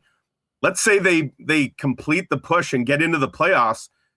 On one hand, you'd say, well, great, they've got a couple of veteran guys in Niederreiter and Nemestikov knocking on the door for a return here. Those guys are getting closer. On the other hand, though, they weren't exactly lighting it up. They were part of the problem, you could argue, when the Jets were really struggling, because they were struggling mightily. And, if the Jets are going gung-ho here and push all the way into a playoff spot, how much do you want to disrupt what you're accomplishing based on who you have in the lineup? And, I guess they'll cross that bridge should they come to it. But I just think, I heard Kevin Cheveldayoff, I think it was on with John Shannon last week, where he talked about how he hated this trade deadline because he couldn't add and, took away from the team. I would almost suggest that in a way, Kevin Cheveldayoff did add to this team at the trade deadline. He added by subtraction and by the holes that opened up on this roster and who has kind of filled those holes and what they brought to the table. Well, listen, I don't want to Barry Horowitz myself too much, but I will. I mean, I basically said, listen, you're going to do what you got to do at the deadline. And I said, I will, in fact, bet that this team is better off for it after the fact. Now, there's some obvious holes, certainly when it comes to toughness, and we've talked about that for the last week. I mean, I've hated to see, the abuse that Hellebuyck's taken without really any, much going back the other way. But just simply for winning hockey games, the speed of the team is better. You've got a lot of excited young guys that are playing their asses off, knowing how important the opportunity is for them. And I'll tell you what, I mean, to me, I think all the talk about tanking and whatever, this is a perfect example of why it's a waste of time to even have those conversations unless you're in a mode where you are ripping it down to the studs and trading all of your guys. And anyone with a clue knew that that was not happening with the Winnipeg Jets mid-season this year. Yeah. There's a lot of pride in that room. We heard it from Josh Morrissey afterwards. We're seeing it right now. This is a team that I think, frankly, was embarrassed by what had happened earlier in the season. And for the most part, they've gotten their act together in a lot of ways, combined with the injection of some new players and a little bit of a different look. For the record, I think the biggest part of that has been Elias Salomonsson. Thought he was awesome again last night, and the confidence that he's playing with.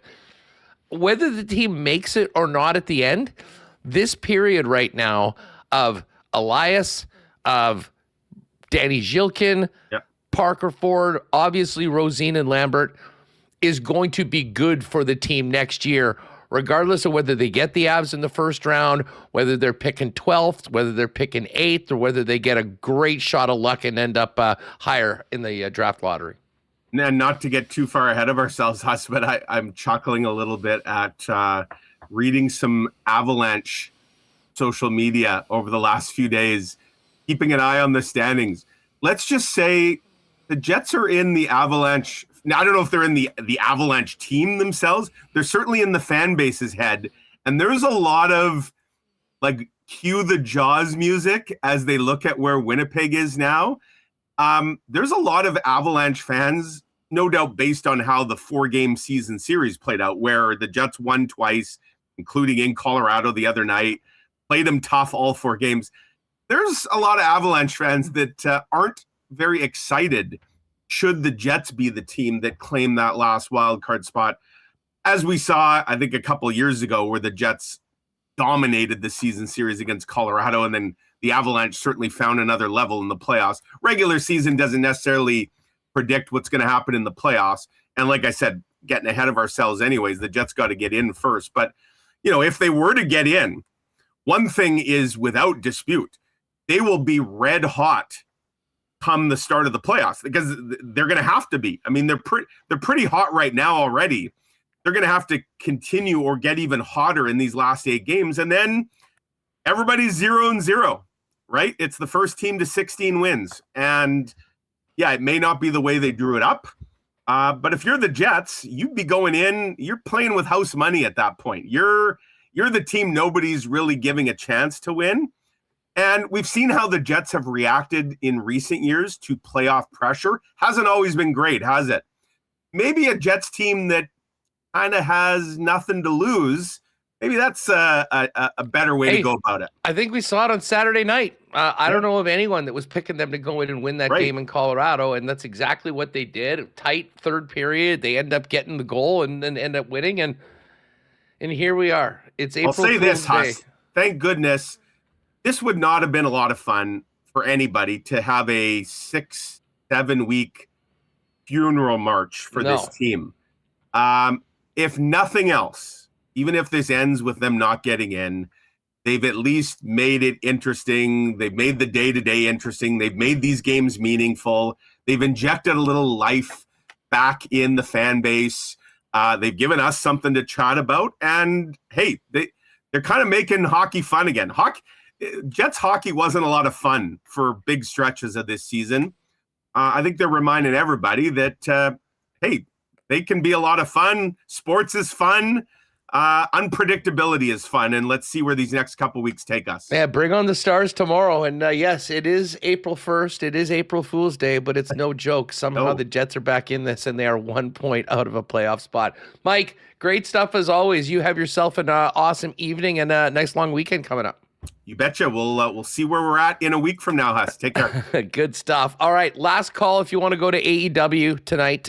There's a link in the description if you joined us late. Wrestling tonight at Canada Life Center. We've got a few pairs to give away, so get your entries in. We'll announce the winners coming up in a few minutes. Speaking of a couple minutes, next on the program, our guy Simon Hildebrand, back with the Sea Bears. He joins us in just a moment on Winnipeg Sports Talk. WST would like to thank our friends at Cleanline Plumbing, Heating, and Electrical for their support of Winnipeg Sports Talk throughout the Jet season. When we're doing the Winnipeg Jet lines, we do it with the gang at Cleanline, who are the leaders in Winnipeg residential and commercial plumbing, heating, and electrical services. Your one-stop shop with over 40 years of experience. And like the captain, Adam Lowry has the back of his teammates, Cleanline has yours with 24/7 emergency services. So when you're in a jam at any time of the day, Cleanline has you covered. 204-500-2001 is the number. Write that one down, 204-500-2001 for 24/7 emergency services from the official plumbing service of the Winnipeg Jets. You can find out more online at cleanline.ca.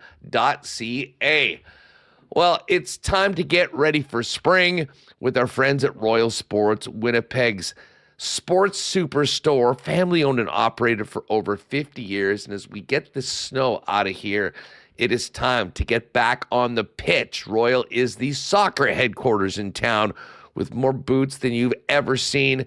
Not to mention great soccer merch from teams and nations around the world. Of course, we got baseball and slow pitch season coming up. They'll get you ready with gloves, bats, everything you need to dominate on it. Of course, they've still got hockey gear, snowboarding gear for those of you making the trip out for spring break, and the best selection of licensed merchandise for fans of the NHL, National Football League, NBA, and of course, Major League Baseball with Blue Jays season just around the corner. Royal Sports, 750 Pembina Highway. You got to see it to believe it. Get down there today and make sure to follow them on Instagram at Royal Sports Winnipeg for the latest merchandise drops and sale information. We still do have plenty of games to get to for the Winnipeg Jets season, and with many on the road, no better place to get together with your gang to watch the squad than your local Boston Pizza. Ice-cold schooners, world-famous BP wings, gourmet pizzas, and of course, Winnipeg Jets Pick-a-Player contest where you can win great prizes from BP every time the Winnipeg Jets score. So for the next game or the big game on the TV, head on down to Boston Pizza at your local BP location. Buckle up, and of course, if you are staying at home, you can get the great taste of Boston Pizza by ordering online at bostonpizza.com. All right, much more to come on WST, but first, a big shout out to our friends at Winnipeg's favorite local brewery, Little Brown Jug. You train day in and day out, learning new techniques, approaching new concepts, and living out the thrill of achieving your goals. Building a craft beer is no different. While you spend your hours on the ice, we spend ours here, brewing our trademark beer. Again, again and again. Here's to pushing the status quo and challenging ourselves to build something memorable. 1919 by Little Brown Jug. All right, we'll announce the AEW winners in about 10 minutes. Pat Gregoire is going to jump on. We got to get ready for the Valero Texas Open and a little look ahead to the Masters. But right now, with Sea Bears season just around the corner, great news for Winnipeg. After a one-year hiatus, Winnipeg's own Simon Hildebrand is back with the Sea Bears and joins us now from the West Coast, Washington State University, where he's finishing up his senior year. Simon, great to have you back on Winnipeg Sports Talk. How are you? I'm good. It's good to be back. Thanks for having me. It's great. We were just talking off air beforehand. You're a big Jets guy as well. Have you been following this crazy comeback after that terrible first half of the season and all of a sudden where the team finds itself? Yeah, it's been fun to watch. I would say I got more into hockey like probably a year, 2 years ago. I've been trying to watch, obviously with my schedule, it's a little, you can't watch every game, but I try to watch as many as I can. So yeah, these last couple of weeks have been fun seeing them make a playoff push. Yeah, well, we're right back in it, and now every game feels like a playoff game. So exactly, will give us lots to chew on over the next few days. Tell us now, when we spoke with you last year, you were in the tournament at High Point University, which sounded like essentially a country club for students. But you made the tough decision to go into the transfer portal and head out to be a Washington State Cougar. How did the season go in the with the new school? Yeah, it was good. We had a little bit of an up and down year, with the whole transfer portal the way it is. There's a lot of moving parts on every team. So we had a lot of new guys on our team this year at Washington State. And it took us a little while, had a lot of ups and downs. Like we would have fantastic offensive games, but when we had great offensive games, we couldn't guard. And then, the next game we would have a fantastic defensive game, but we couldn't hit shots. So we kind of struggled to find that continuity between our offense and our defense. So a little bit up and down, didn't finish the way we wanted to, but it was overall a good year.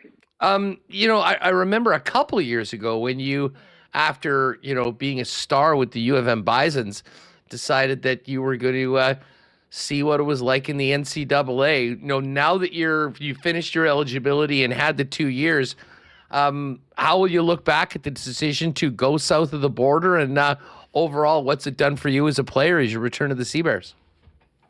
Yeah, it was super interesting for me to, after our season ended a couple of weeks ago, to reflect on my college career. All 4 years, I've met so many amazing people and made so many amazing connections. I got to travel. Like this past year, we went to Europe this summer. We were in a tournament in Hawaii. Last year we were in a tournament in the Cayman Islands. And just the fact that, High Point's in North Carolina and now I'm in Washington State. So I'm from the Midwest essentially. So kind of just to see so many different places, meet so many people, so many connections. And yeah, obviously it was a hard decision for me to leave U of M and High Point as well. But I think that I've grown. I've no regrets. I've grown as a player at each different stop, just getting different points of coaching along the way, different things you pick up, myself on the court being in different experiences. So yeah, it was kind of sad to see my college career end, but at the same time, it was fun for me to reflect on it all and see how I've grown as a player and a person in the last 4 years. Well, I mean, the good news is that you're able to come back to the Sea Bears now. That must have been tough last year, being such a big part of this team since the inception. And in the NIL world where everyone can get paid, all of a sudden you can't play for 2 months in your hometown in the summer. It seems sort of crazy, but you're back, and it seems to have all worked out. Yeah, like it was tough. I was able to attend a few of the games, and it was definitely a little bit weird, being in the stands and not being on the court. I still know a lot of those guys, know a lot of the staff. I know the hard work they put in. It would have been nice to be out there fighting with them. But yeah, definitely weird. Definitely excited to be back and being able to be on the bench and be on the court and actually contribute to winning instead of cheering them on. Well, I mean, you come as, a more experienced player, both, with your game in the NCAA, but also having played in the CEBL beforehand. Although you come back to an organization that had some big offseason changes, certainly with the coach and the roster. What's it like coming back with some different faces? Although I'm sure people that you've had a pretty good connection with during your time growing up here in Winnipeg. Yeah, like from a coaching standpoint, obviously Mike Rainbow recruited me a little bit in high school. I got to play against him for 2 years at U of M. He was an assistant coach with the Sea Bears, so I've been coached by him before. And we've had a great relationship over the last, I'll say 5 to 6 years. So it's not like I'm walking into a situation where I don't know anybody. I've had a lot of great conversations with Alex Campbell, obviously a former teammate of mine, somebody who's been around the league a long time. I think he's a fantastic hire. He's going to be a big part of this team from the coaching staff. So, again, another guy I got continuity with. And I think a lot of the players, a lot of the guys that we've signed so far, a couple of former U Sports guys who were kind of similar age, similar range as me. And so I think we're doing a good job getting guys who have had great U Sports careers and haven't necessarily had that chance to showcase it yet in the CEBL. Obviously, David Walker did. He played a lot of minutes for Scarborough and Brampton. But, someone like Fareed Shittu, I think, is going to be a big addition, who had a fantastic U Sports career and now is going to hopefully get a chance to showcase it at the next level. So a lot of young guys. I think it's a great job by the coaching staff. And on a personal level, I'm sure you just can't wait to get back out on the court and be able to do it in front of friends and family. And of course, the Sea Bears fans, which have really raised the bar for support of a team in the CEBL since they were born. Yeah, it's something that kind of always stuck with me is my second year playing, talking to Jared Jackson. He had played, a very long, successful career. It was 5 years at Calgary, tons of success overseas. And coming back to Winnipeg was his first time, playing in front of all his friends and family, and essentially like his post-high school basketball career. And so for me, like it's tough to realize how fortunate and how lucky I am that, my first 2 years of college were at home. My first 2 years of professional basketball were at home, and my parents could come to every game. My friends could come to every game. Well, the extended family could come to every game. So it's, like just these 2 years away, you kind of sort of realize how lucky you are. But just I think back to those conversations I had with someone like Jared and even Chad for a little bit, just how lucky I am to be able to play in Winnipeg and have all my people at the games and just be able to be in my own city. So. Now, you're going to be coming back, playing the CEBL. The college is finished now. What is the plan for you afterwards? Are you going to be looking for pro opportunities? Have you thought at all about what the next full winter season will look like for you? Yeah, I'd love to keep playing basketball as long as I can. That's always been a dream of mine. So I think I'll look to head to Europe afterwards. I have no idea where, no idea when, all those details. But, I've been around a lot of basketball players who've made that trip out there. So I think I have a lot of good connections, a lot of good people to help me get somewhere good. That's awesome. And listen, this is part of what makes the CEBL so great for a player like yourself that, has been well-traveled, that's been, in some different places. What an opportunity to showcase the player that you are at a pro level, to help open up some doors once the season's over here in the Peg. Yeah, and I think again, I give so much credit to someone like Mike Taylor and Mike Rainbow as well. Both coaches have just shown a lot of trust in my abilities and given me these opportunities to, like you said, showcase my talent at home and hopefully lead to bigger and better things in the winter season. I know a lot of times like these U Sports players were like drafted and were almost practice guys essentially, weren't really given a lot of opportunity. But Coach Taylor gave me a lot of opportunity, had a lot of trust in me. And my conversations with Coach Rainbow and Coach Campbell, I think they envisioned me having a similar role as in the past. So I think hopefully that opportunity will be there, and I got to prove it and earn it. But again, just a great opportunity for me to showcase what I can do. Beauty. Now, Simon, you are still out at school. I guess the season might be over, but the job isn't entirely finished. What's the next month and a half like for you? And what do you got to get done before you're back here hooping in blue? Yeah, I got to graduate. This is my last semester. So my last exam, I was able to move it up a little bit. It's early May. So once I finish that, I'll head home and join training camp. But until then, it's a lot of just go to class and lift weights, get shots up, work out, stay in shape. And then once I might miss the first day or two of training camp, be in touch with all the coaches and make sure I'm up to date on everything. But yeah, just trying my best to stay in shape and work out and be ready when that time comes. You and Dad have a big road trip coming up, I'd imagine, that's going to take you right back home and then right out onto the court the next day for Sea Bears training camp. Yeah, it'll be a long drive. My dad's flying out, so it'll be fun, but it'll be definitely. Simon, great having you on the program, dude. Really looking forward to the upcoming Sea Bears season, even more so that you are back on the squad. We'll look forward to doing this again, but in the meantime, good luck on those final exams and all the schoolwork you got to get done.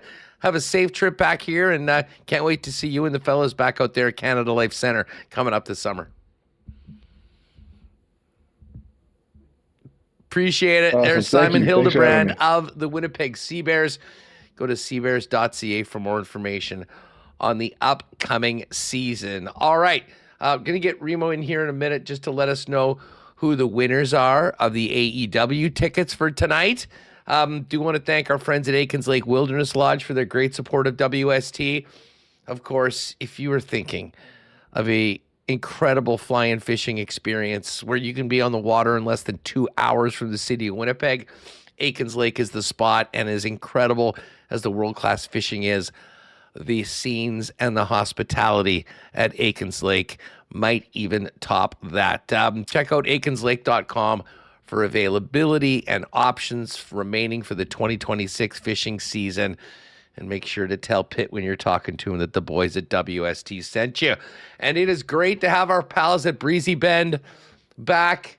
We got snow on the ground. It is not entirely, we're not ready to swing them just yet, but we will be, folks, very, very soon. And if you're looking for a long-term home at one of Winnipeg's top private courses, Breezy Bend Country Club is the spot.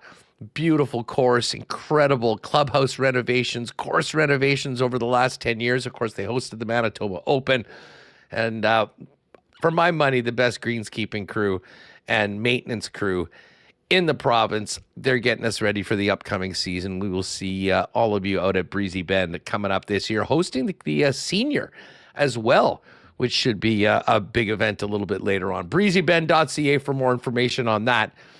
And we got to get to golf. One more tourney before the Masters next week. Tuesday morning, by the way, we will have a standalone WST Winners special with myself and Pat going through all of our favorite picks for the tournament. Pat's going to join us right now. Remo, do you, just before I get going with P. Greggy, do you want to let people know who the winners are of the tickets for AEW tonight? Now, did you want me to just do the draw, do like a Wheel of Winners live, or just do it privately and tell you who it is? Oh, well, you know what? If you want to do the Wheel of Winners, folks, just hang tight. We'll do it after Pat. If you want to do it that way, you can just get the list ready and we can execute that quite quickly. All right, Wednesday, one more tournament before the Masters. Pat Gregoire of CoolBet joins us. By the way, speaking of CoolBet, 1 week today, the 8th of April, 8 p.m., our next poker tourney. Will be great to get back on the virtual felt with all of you. Bounty on my head and hammer as well. Pat joins us now. Pat, what is up, my man? How are you doing?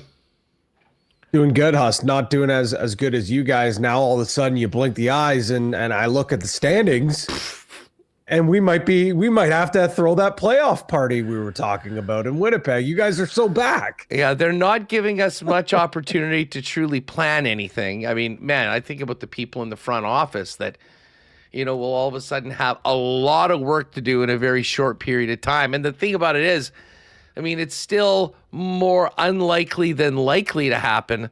There's a lot of work left to be done. And if it happens, it's going to take right till that final game of the season. They won't be starting at home, though, if they're able to make it. So that'll be it. By the way, quite a week in Leafland with the revenge game totally secondary to Treleving getting fired an hour before the game. And then how about, I'm sure you guys are still buzzing about the Keith Pelly press conference. I wanted to break that guy's color coordinated glasses just so badly. The futility, the lack of organization, the lack of vision is just so apparent in MLSE, especially when it comes to the Maple Leaf side. I mean, the guy could not stop talking about all the other properties that he's been involved in and how he's going to be hands off and it just, I tell you, Huss, this is exhausting. This is crazy. This is borderline, mind numbing what we're dealing with here in Leafland.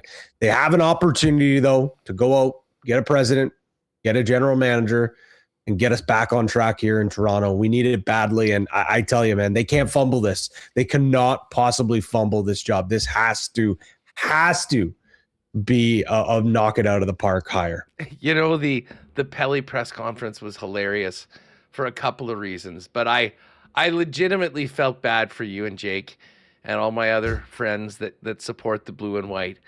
When he dropped the line, well, we weren't ready for the train that is the Montreal Canadiens and the Buffalo Sabres. Sorry, guys, but you're going to be here. I don't know if you have Sabres or Habs fans in your circles, but get ready to have that on T-shirts and to have that dangled in your face for the next few years. That was uncalled for and a total own goal.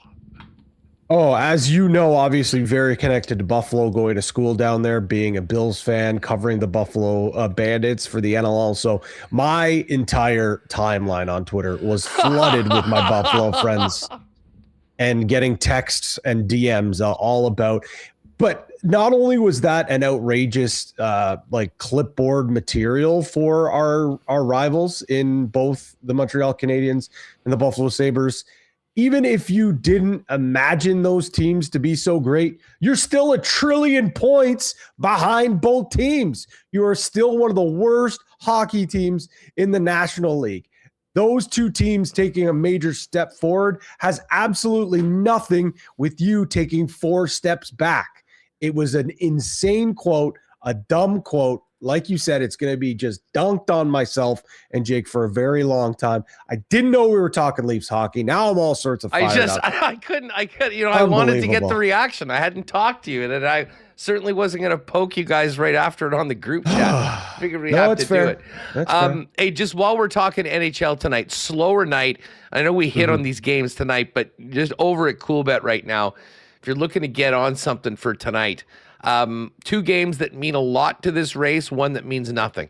The big one is St. Louis at the Kings. The Blues are plus 120. The Kings are minus 141. I'm going to take the Blues in this game. I mean, basically, I'm almost putting something together to will more great things happening on the scoreboard for the Winnipeg Jets. And we need the Sharks to lose. Ducks, this is basically a pick 'em, minus 110, minus 108. We'll take the Ducks. And then the Avalanche, it's not too often you see a mismatch like this. The number 1 and number 32 teams, like the Avalanche are minus 435 favorites. The puck line is actually 2.5 in this game at plus 105. Crazy. I'm going to take it at minus 1.5 at minus 169. So Blues, Ducks, Avalanche getting you right at about plus 569. So, you want to ride with me tonight on the NHL, that is what we are looking at. But, Patty, it is golf time next week. Masters, we'll make the picks and go through everything Tuesday morning on WST Winners. Before we get picks for the Valero, though, Tiger. Tough week for Eldrick. Golf Channel last night, they were running, it was like CNN, they were just running the breaking news ticker the whole time when they were rotating between 3 guys just talking about Tiger. I will say this, jokes aside, it's a good thing that he's going to get help. The guy obviously has some serious problems. He's had horrible injuries. Painkiller addiction is a very, very serious thing. And, we even saw it. I saw him at the TGL, and I'm like, he does not really look that good. And then obviously a couple days later rolls the truck. But unfortunately, that means everyone's dreams of having Tiger play at the Masters out the window. I don't even think he's going to be on the premises. Sounds like he's going to get help right now, which is exactly what he needs to do. Yeah, exactly. And I mean, I think that just goes to show you that Tiger Woods isn't just moving the needle. He still is the needle in golf when there is just that the coverage. Some insane takes online, some insane videos, but at the end of the day, you're right. What's best and what's most important is Tiger Woods does go away, because even, throughout all his trials and tribulations, he only went away for a little bit. Even when, he was battling back from injury, we would still hear from him, or there'd be rumblings of him coming back. And so, getting completely out of the light line, it sounds like he's actually going to go outside of the country. So he can completely seclude himself, have that privacy. That's the most important thing. Yes, would it be amazing to see Tiger Woods compete at Augusta, make the cut, and play on Sunday? Absolutely. Would it be amazing for him to join the senior tour, the Champions Tour, and completely dominate there and really bring eyeballs to that tour? Absolutely. But none of that can happen until he addresses what he needs to address, and that is getting better. That is taking care of himself mentally, physically, everything there. And once he does do that, then we can go back to talking about what's next for Tiger. But what's next for Tiger right now is getting better. What's next for us is the Valero Texas Open before we can get to the Masters. It's last call for the Masters. This, if you recall, is how Corey Connors booked his first ticket to Augusta by winning the week before. Patty, what do we need to know about the Valero before we dive into some picks? There's a couple little things when it comes to Valero. You mentioned it, a lot of additional artillery for some of these guys. It is a punch your ticket, last chance to get to Augusta before that. So that's something that we usually keep our eyes out. It's actually another spot that we see a lot of breakout wins, a lot of first victories on tour as well. We saw, Akshay Bhatia, sure, he had the Barracuda Championship before, but that was an alternative event. Like you mentioned, Corey Connors. I mean, this is the Corey Connors Open. He had that first big win, and then he won it again. But speaking of it being the Corey Connors Open, well, what's one great thing that Corey Connors does? Flushes shots. This is a great course for guys that can flush their irons and guys that are accurate getting it to the green. Think of Birdie Fest, and yes, sometimes this can turn into a little bit of a putting contest with the small greens, the undulated greens.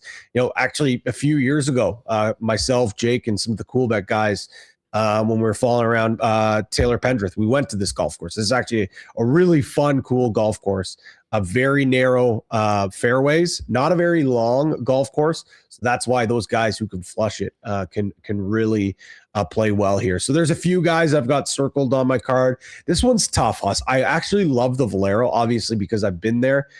I hold it a little bit near and dear to my heart. I love the fact that you got guys trying to play to the Masters. So I do like it, and I love sprinkling, but also at the same time, you don't really want to get too greedy and waste a little bit too much money before the Masters, right? But it's also nice you hit some winners and your account is a little more flush, so you can place some Augusta. So I'm going to go with 4 here. I've got Russ Henley at the start of the week. It was plus 1650. He's now down to 15-1. I don't think we'll see him move much more. And Huss, I don't know why, out of all the times we've had conversations, for a guy that you and I have been on a lot before, we haven't really talked about him, but he's sneakily having a good start to the season. He's got 3 top 10 finishes, and out of all his starts in 8, only one time he's missed outside of the top 20, and that was a missed cut at the Genesis. He's finished top 4 at the Valero back in 2024, so he's got some good course history here. I think with this field, Russell Henley at 15-1 is really good value. Speaking of value, the best value in golf, perhaps the best value on the internet right now, is Straka, 30-1, thanks to our good pal Pat Mayo, his super boost this week. to be honest, the fact that even Coolbet, our odds at 24-1 before the boost, it doesn't make any sense in this field. We're talking about Straka. We're talking about the big Austrian. We're talking about a member of Team Europe on the Ryder Cup. Why is this guy priced this way? He flushes it well. He's accurate off the tee. He's third in strokes gained approach, 10th in tee to green. For me, Huss, it's not just about the golfer, him being one of the most consistent golfers on tour.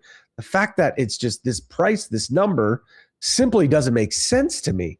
I'm going back to the well on another one here as well. Ryu Hisatune at 35-1.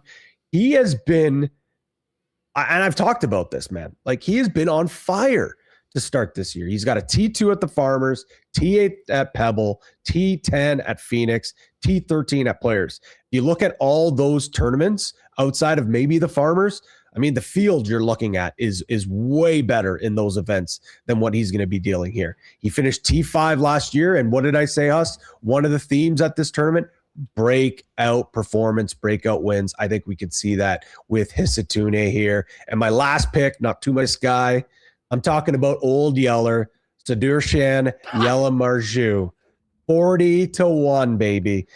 He is streaked on to the scene here, Huss.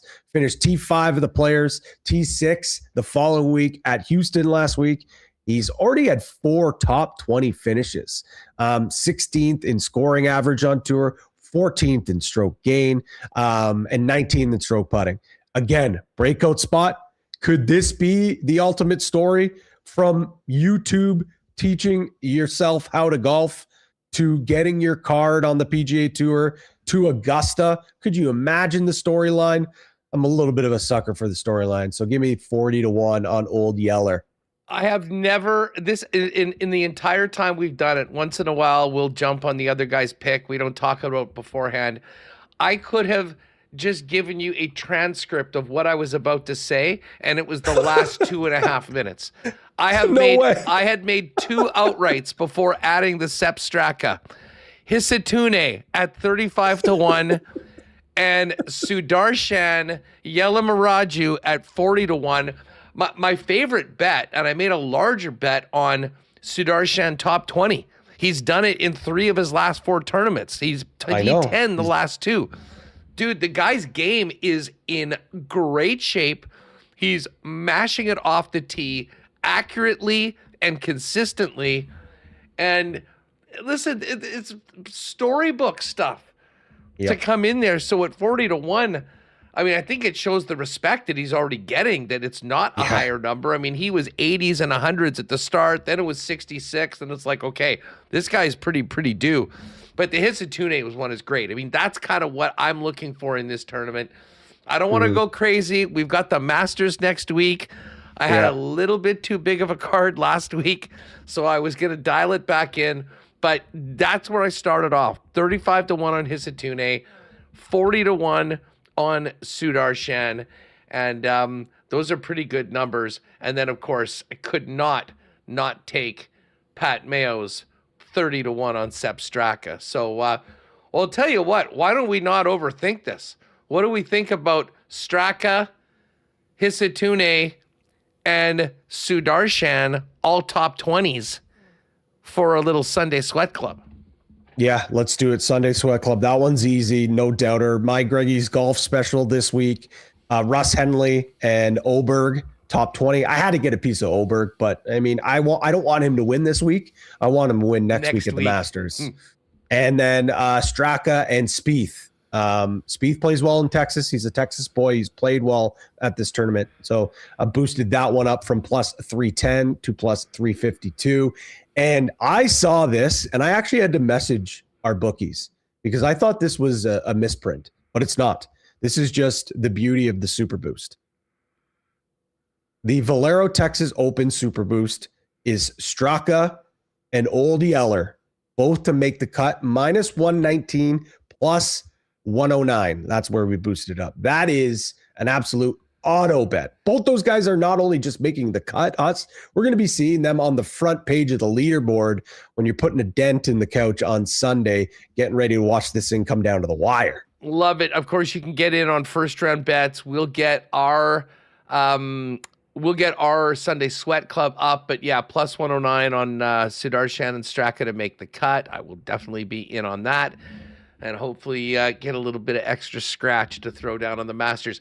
Masters odds are up right now. This is always an interesting bet. I was talking with some guys at this cornhole tournament I was at last Sunday, and I was pissed off because Højgaard was going in the wrong direction on Sunday, but so happy for Gary Woodland. If I was going to lose a bet to anyone, let it be Gary. Amazing story. Can't wait to see him at Augusta. But as I got talking with these guys, and one of them had got one of the Coolbet cards from an event I was at or something like that. And he goes, you know what, I've been saving this. I think I'm going to go in and I'm going to get on Min-Woo Lee to win the Masters. I'm like, okay, I'm here for this. And so I actually went and checked it, and it was 55-1. And I'm like, you know what? That seemed to me like a really good number for Min-Woo. Now, play out the afternoon. He's out there hyping up Gary Woodland as he wins at the end. I checked it yesterday or the day before, and it's 45-1. I wouldn't be surprised if this gets down to 35 or 33 as we get into it. So appearing in that, and the Morikawa number as well at 26, like I don't think that's going to be up there for a while. So if you do want to get ahead of yourself a little bit, did you say 36? 26. 26? It's all the way up to 30 now. Really? For Morikawa? I think it's the back. People are concerned, or whatever injury he's dealing with is that's what freaking people. He should be under 20 as far as the way he's played so far this year. Honestly, Huss, it's the Masters. You're going to have a card of, 5 to 10 outrights anyways. At him 30-1, and if he withdraws or he's not healthy enough, I think that's something I can live with. Okay, he wasn't healthy, because if he does, like he's withdrawn the last 2 tournaments. Maybe he's withdrawn because he's like, I'm not ready. I'm not doing this. I'll get ready for Augusta. Maybe that's what it is. I totally agree with you. Like if he's healthy, yeah, he's closer to where X-Man is at 16-1. If he doesn't play, the bet's refunded. Now, if he plays one hole and ditches like he did 3 weeks ago and screws everyone, that's another story. But anyways, I can't wait to get in on that next week. Yeah, on that note, I think I said it last time. I had placed one bet, Bhatia 65-1. That one's down now to 50-1. You're in a tough spot here, folks, though. Now, it's almost, as Huss was saying, you almost have missed the boat on a lot of this.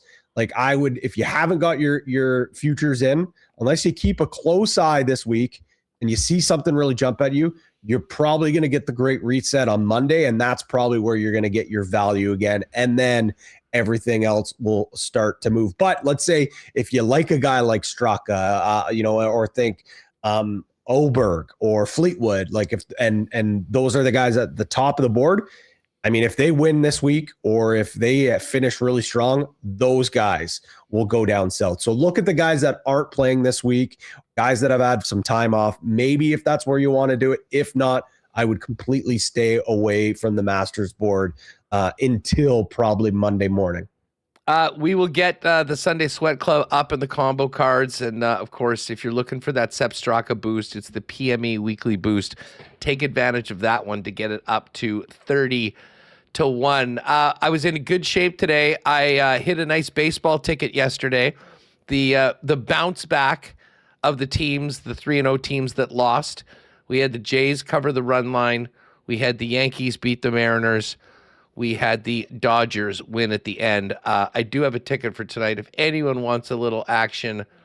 And actually, I think these games are going relatively quickly. Or they maybe have already started, actually, with the 309. So there's a couple late games. Jays right now, are they going to extras? Not good. Yeah, they're in extras. Little just blew it again. Little? Oh, yeah. Oh, my God. Who's got it worse in the city of Toronto? Brad Treliving or Brandon Little? Like, who has had the worst 12 months in Toronto?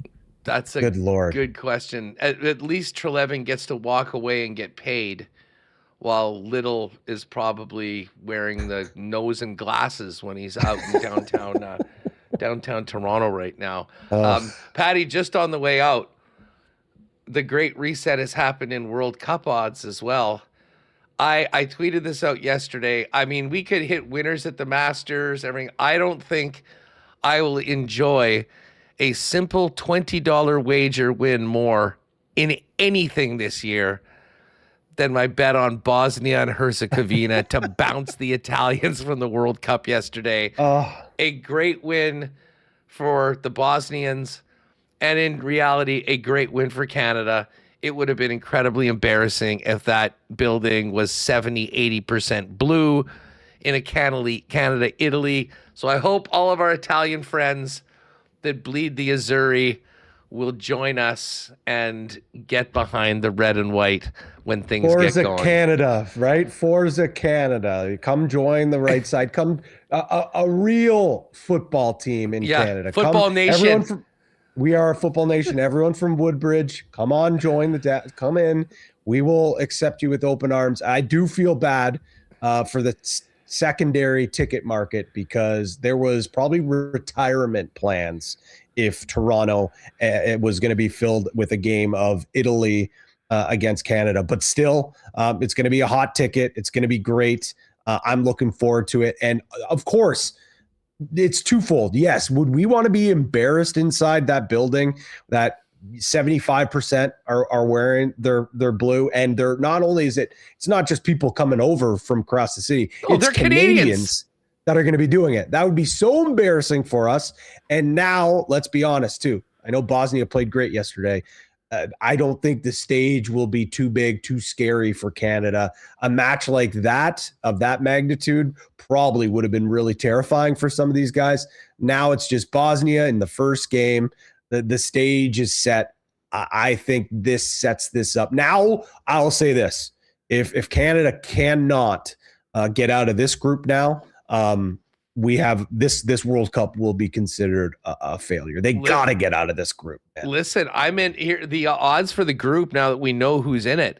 Switzerland -105, Canada and Bosnia and Herzegovina are both +260, and Qatar is 35-1.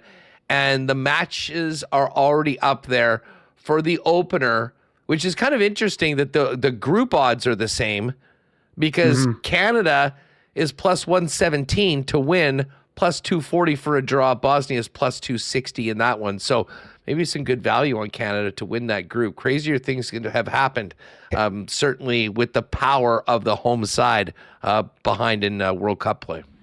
Well, maybe they must think that this group is strong for Canada and that a wild card spot's going to be there because to qualify from the group stage, Canada is -333 and Bosnia is -286. So they think and Swiss is -909. So obviously Vegas and the sports book think that Canada's group is strong enough where 3 teams can get in. Because then again, let's not forget, obviously qualifying has completely changed with them expanding this tournament as well. And I'm getting word from Jake Bolin Moss, the Sunday Sweat Club is already up, and we have a nuclear number. Oh yeah, what do we got here? 1689 boosted up to 2008. Jake, say what's up to Evdog. Let's get that in at 20-1 and make it happen. Again, Tuesday morning, 10 a.m. our time, we'll go live with our Masters special for WST winners. Cook up a few specials for the people and make our outright picks. Cannot wait for that. Don't forget, a week today, poker returns, 8 p.m. Winnipeg time. And we'll give it a little tease. Working on trying to put something together for the summer, similar to what we did for Costa Rica with another incredible Cool Bet trip. So stay tuned to Winnipeg Sports Talk for more information on that. And of course, the WST and Cool Bet socials. Patty, have a great one tonight, man. Thanks for doing this. And I'm pumped for the Valero now after this conversation. Let's go, Sudarshan. Yeah, let's do it, Old Yeller. And for everyone going to AEW tonight in Winnipeg, enjoy. I'm sure it'll be a lot of fun. Did you see Don Callis on the show yesterday? So good, man. That was unbelievable. Favorite interview of the year. Pat, you have a great one, man. Thanks again. All right, see you, boys. All right. Speaking of AEW, as Pat just mentioned, we got to give a few tickets away. Shout out to the Callis family, the Don Callis family, who sent over some seats after he had such a great time conversing with me. I think it was because I said that he was known for his modesty and humility. I think that's what maybe got us the tickets to give away to our listeners, Reem. That was a great line. Hey, you've been part of the business before, so you know how it works.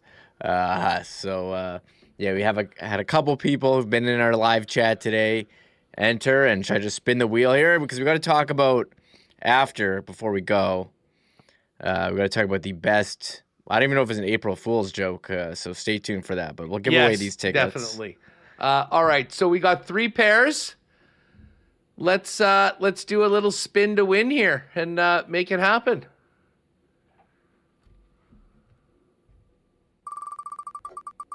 Okay, so this is the first pair. Jonathan Negrich.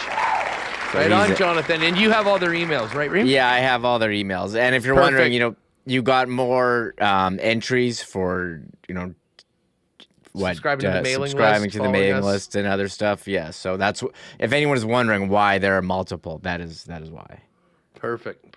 So Jonathan, I will mail him the tickets, and I think he only had one, so good for him. Yeah, single bullet. Still follow us on socials. Yeah, Instagram has been taken off lately. Okay, Chris Reed. Another single bullet. Single bullet. So, and last one here.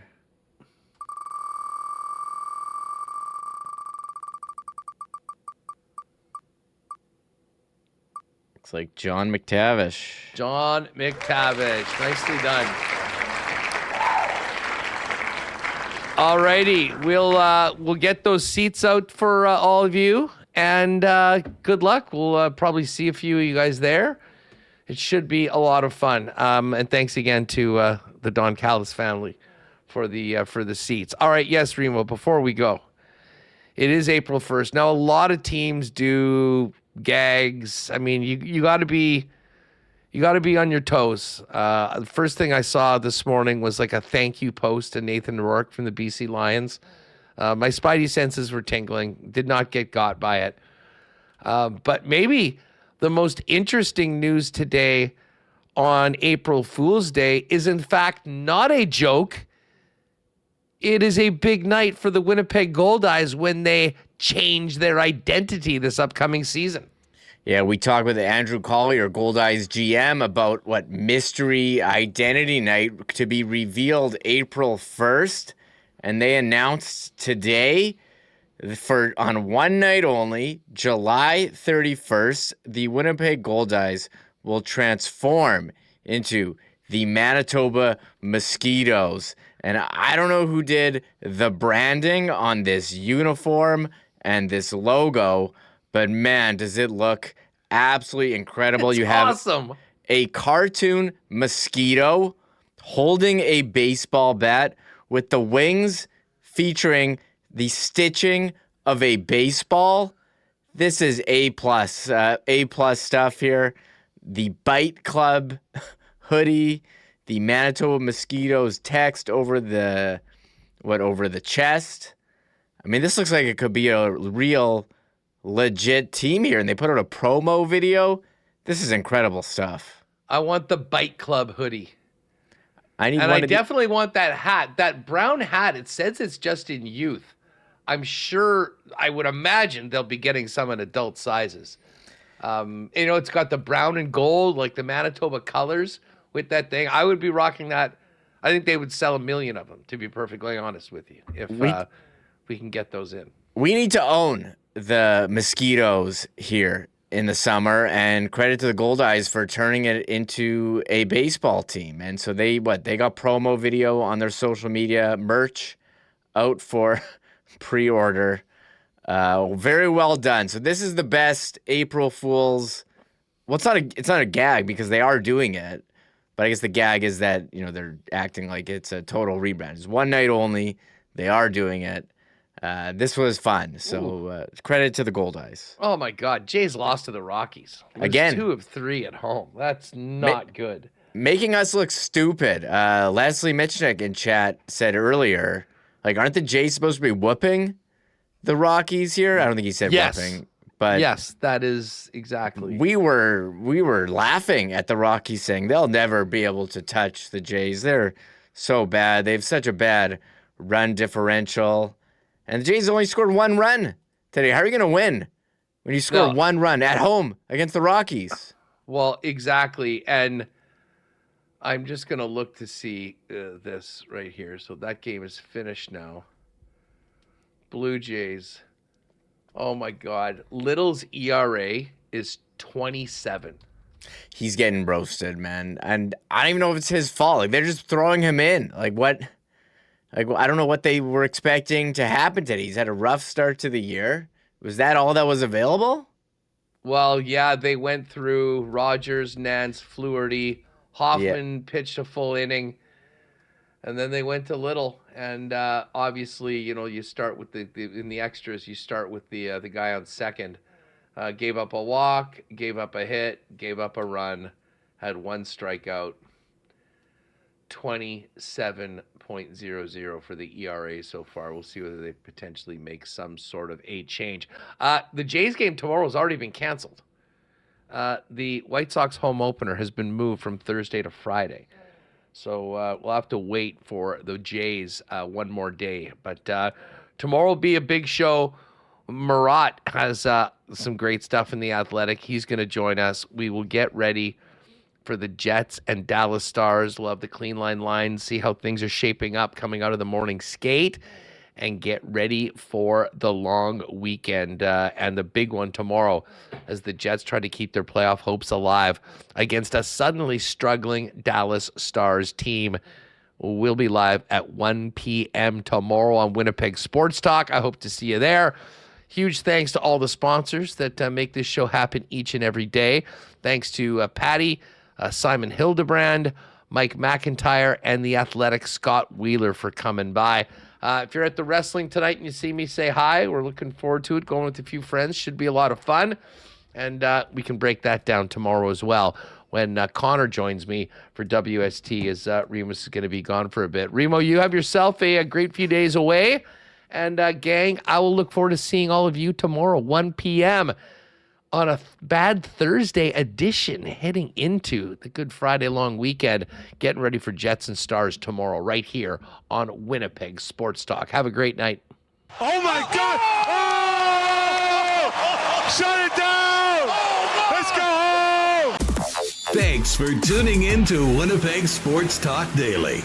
Make sure to subscribe on YouTube and your favorite podcast feed at winnipegsportstalk.com.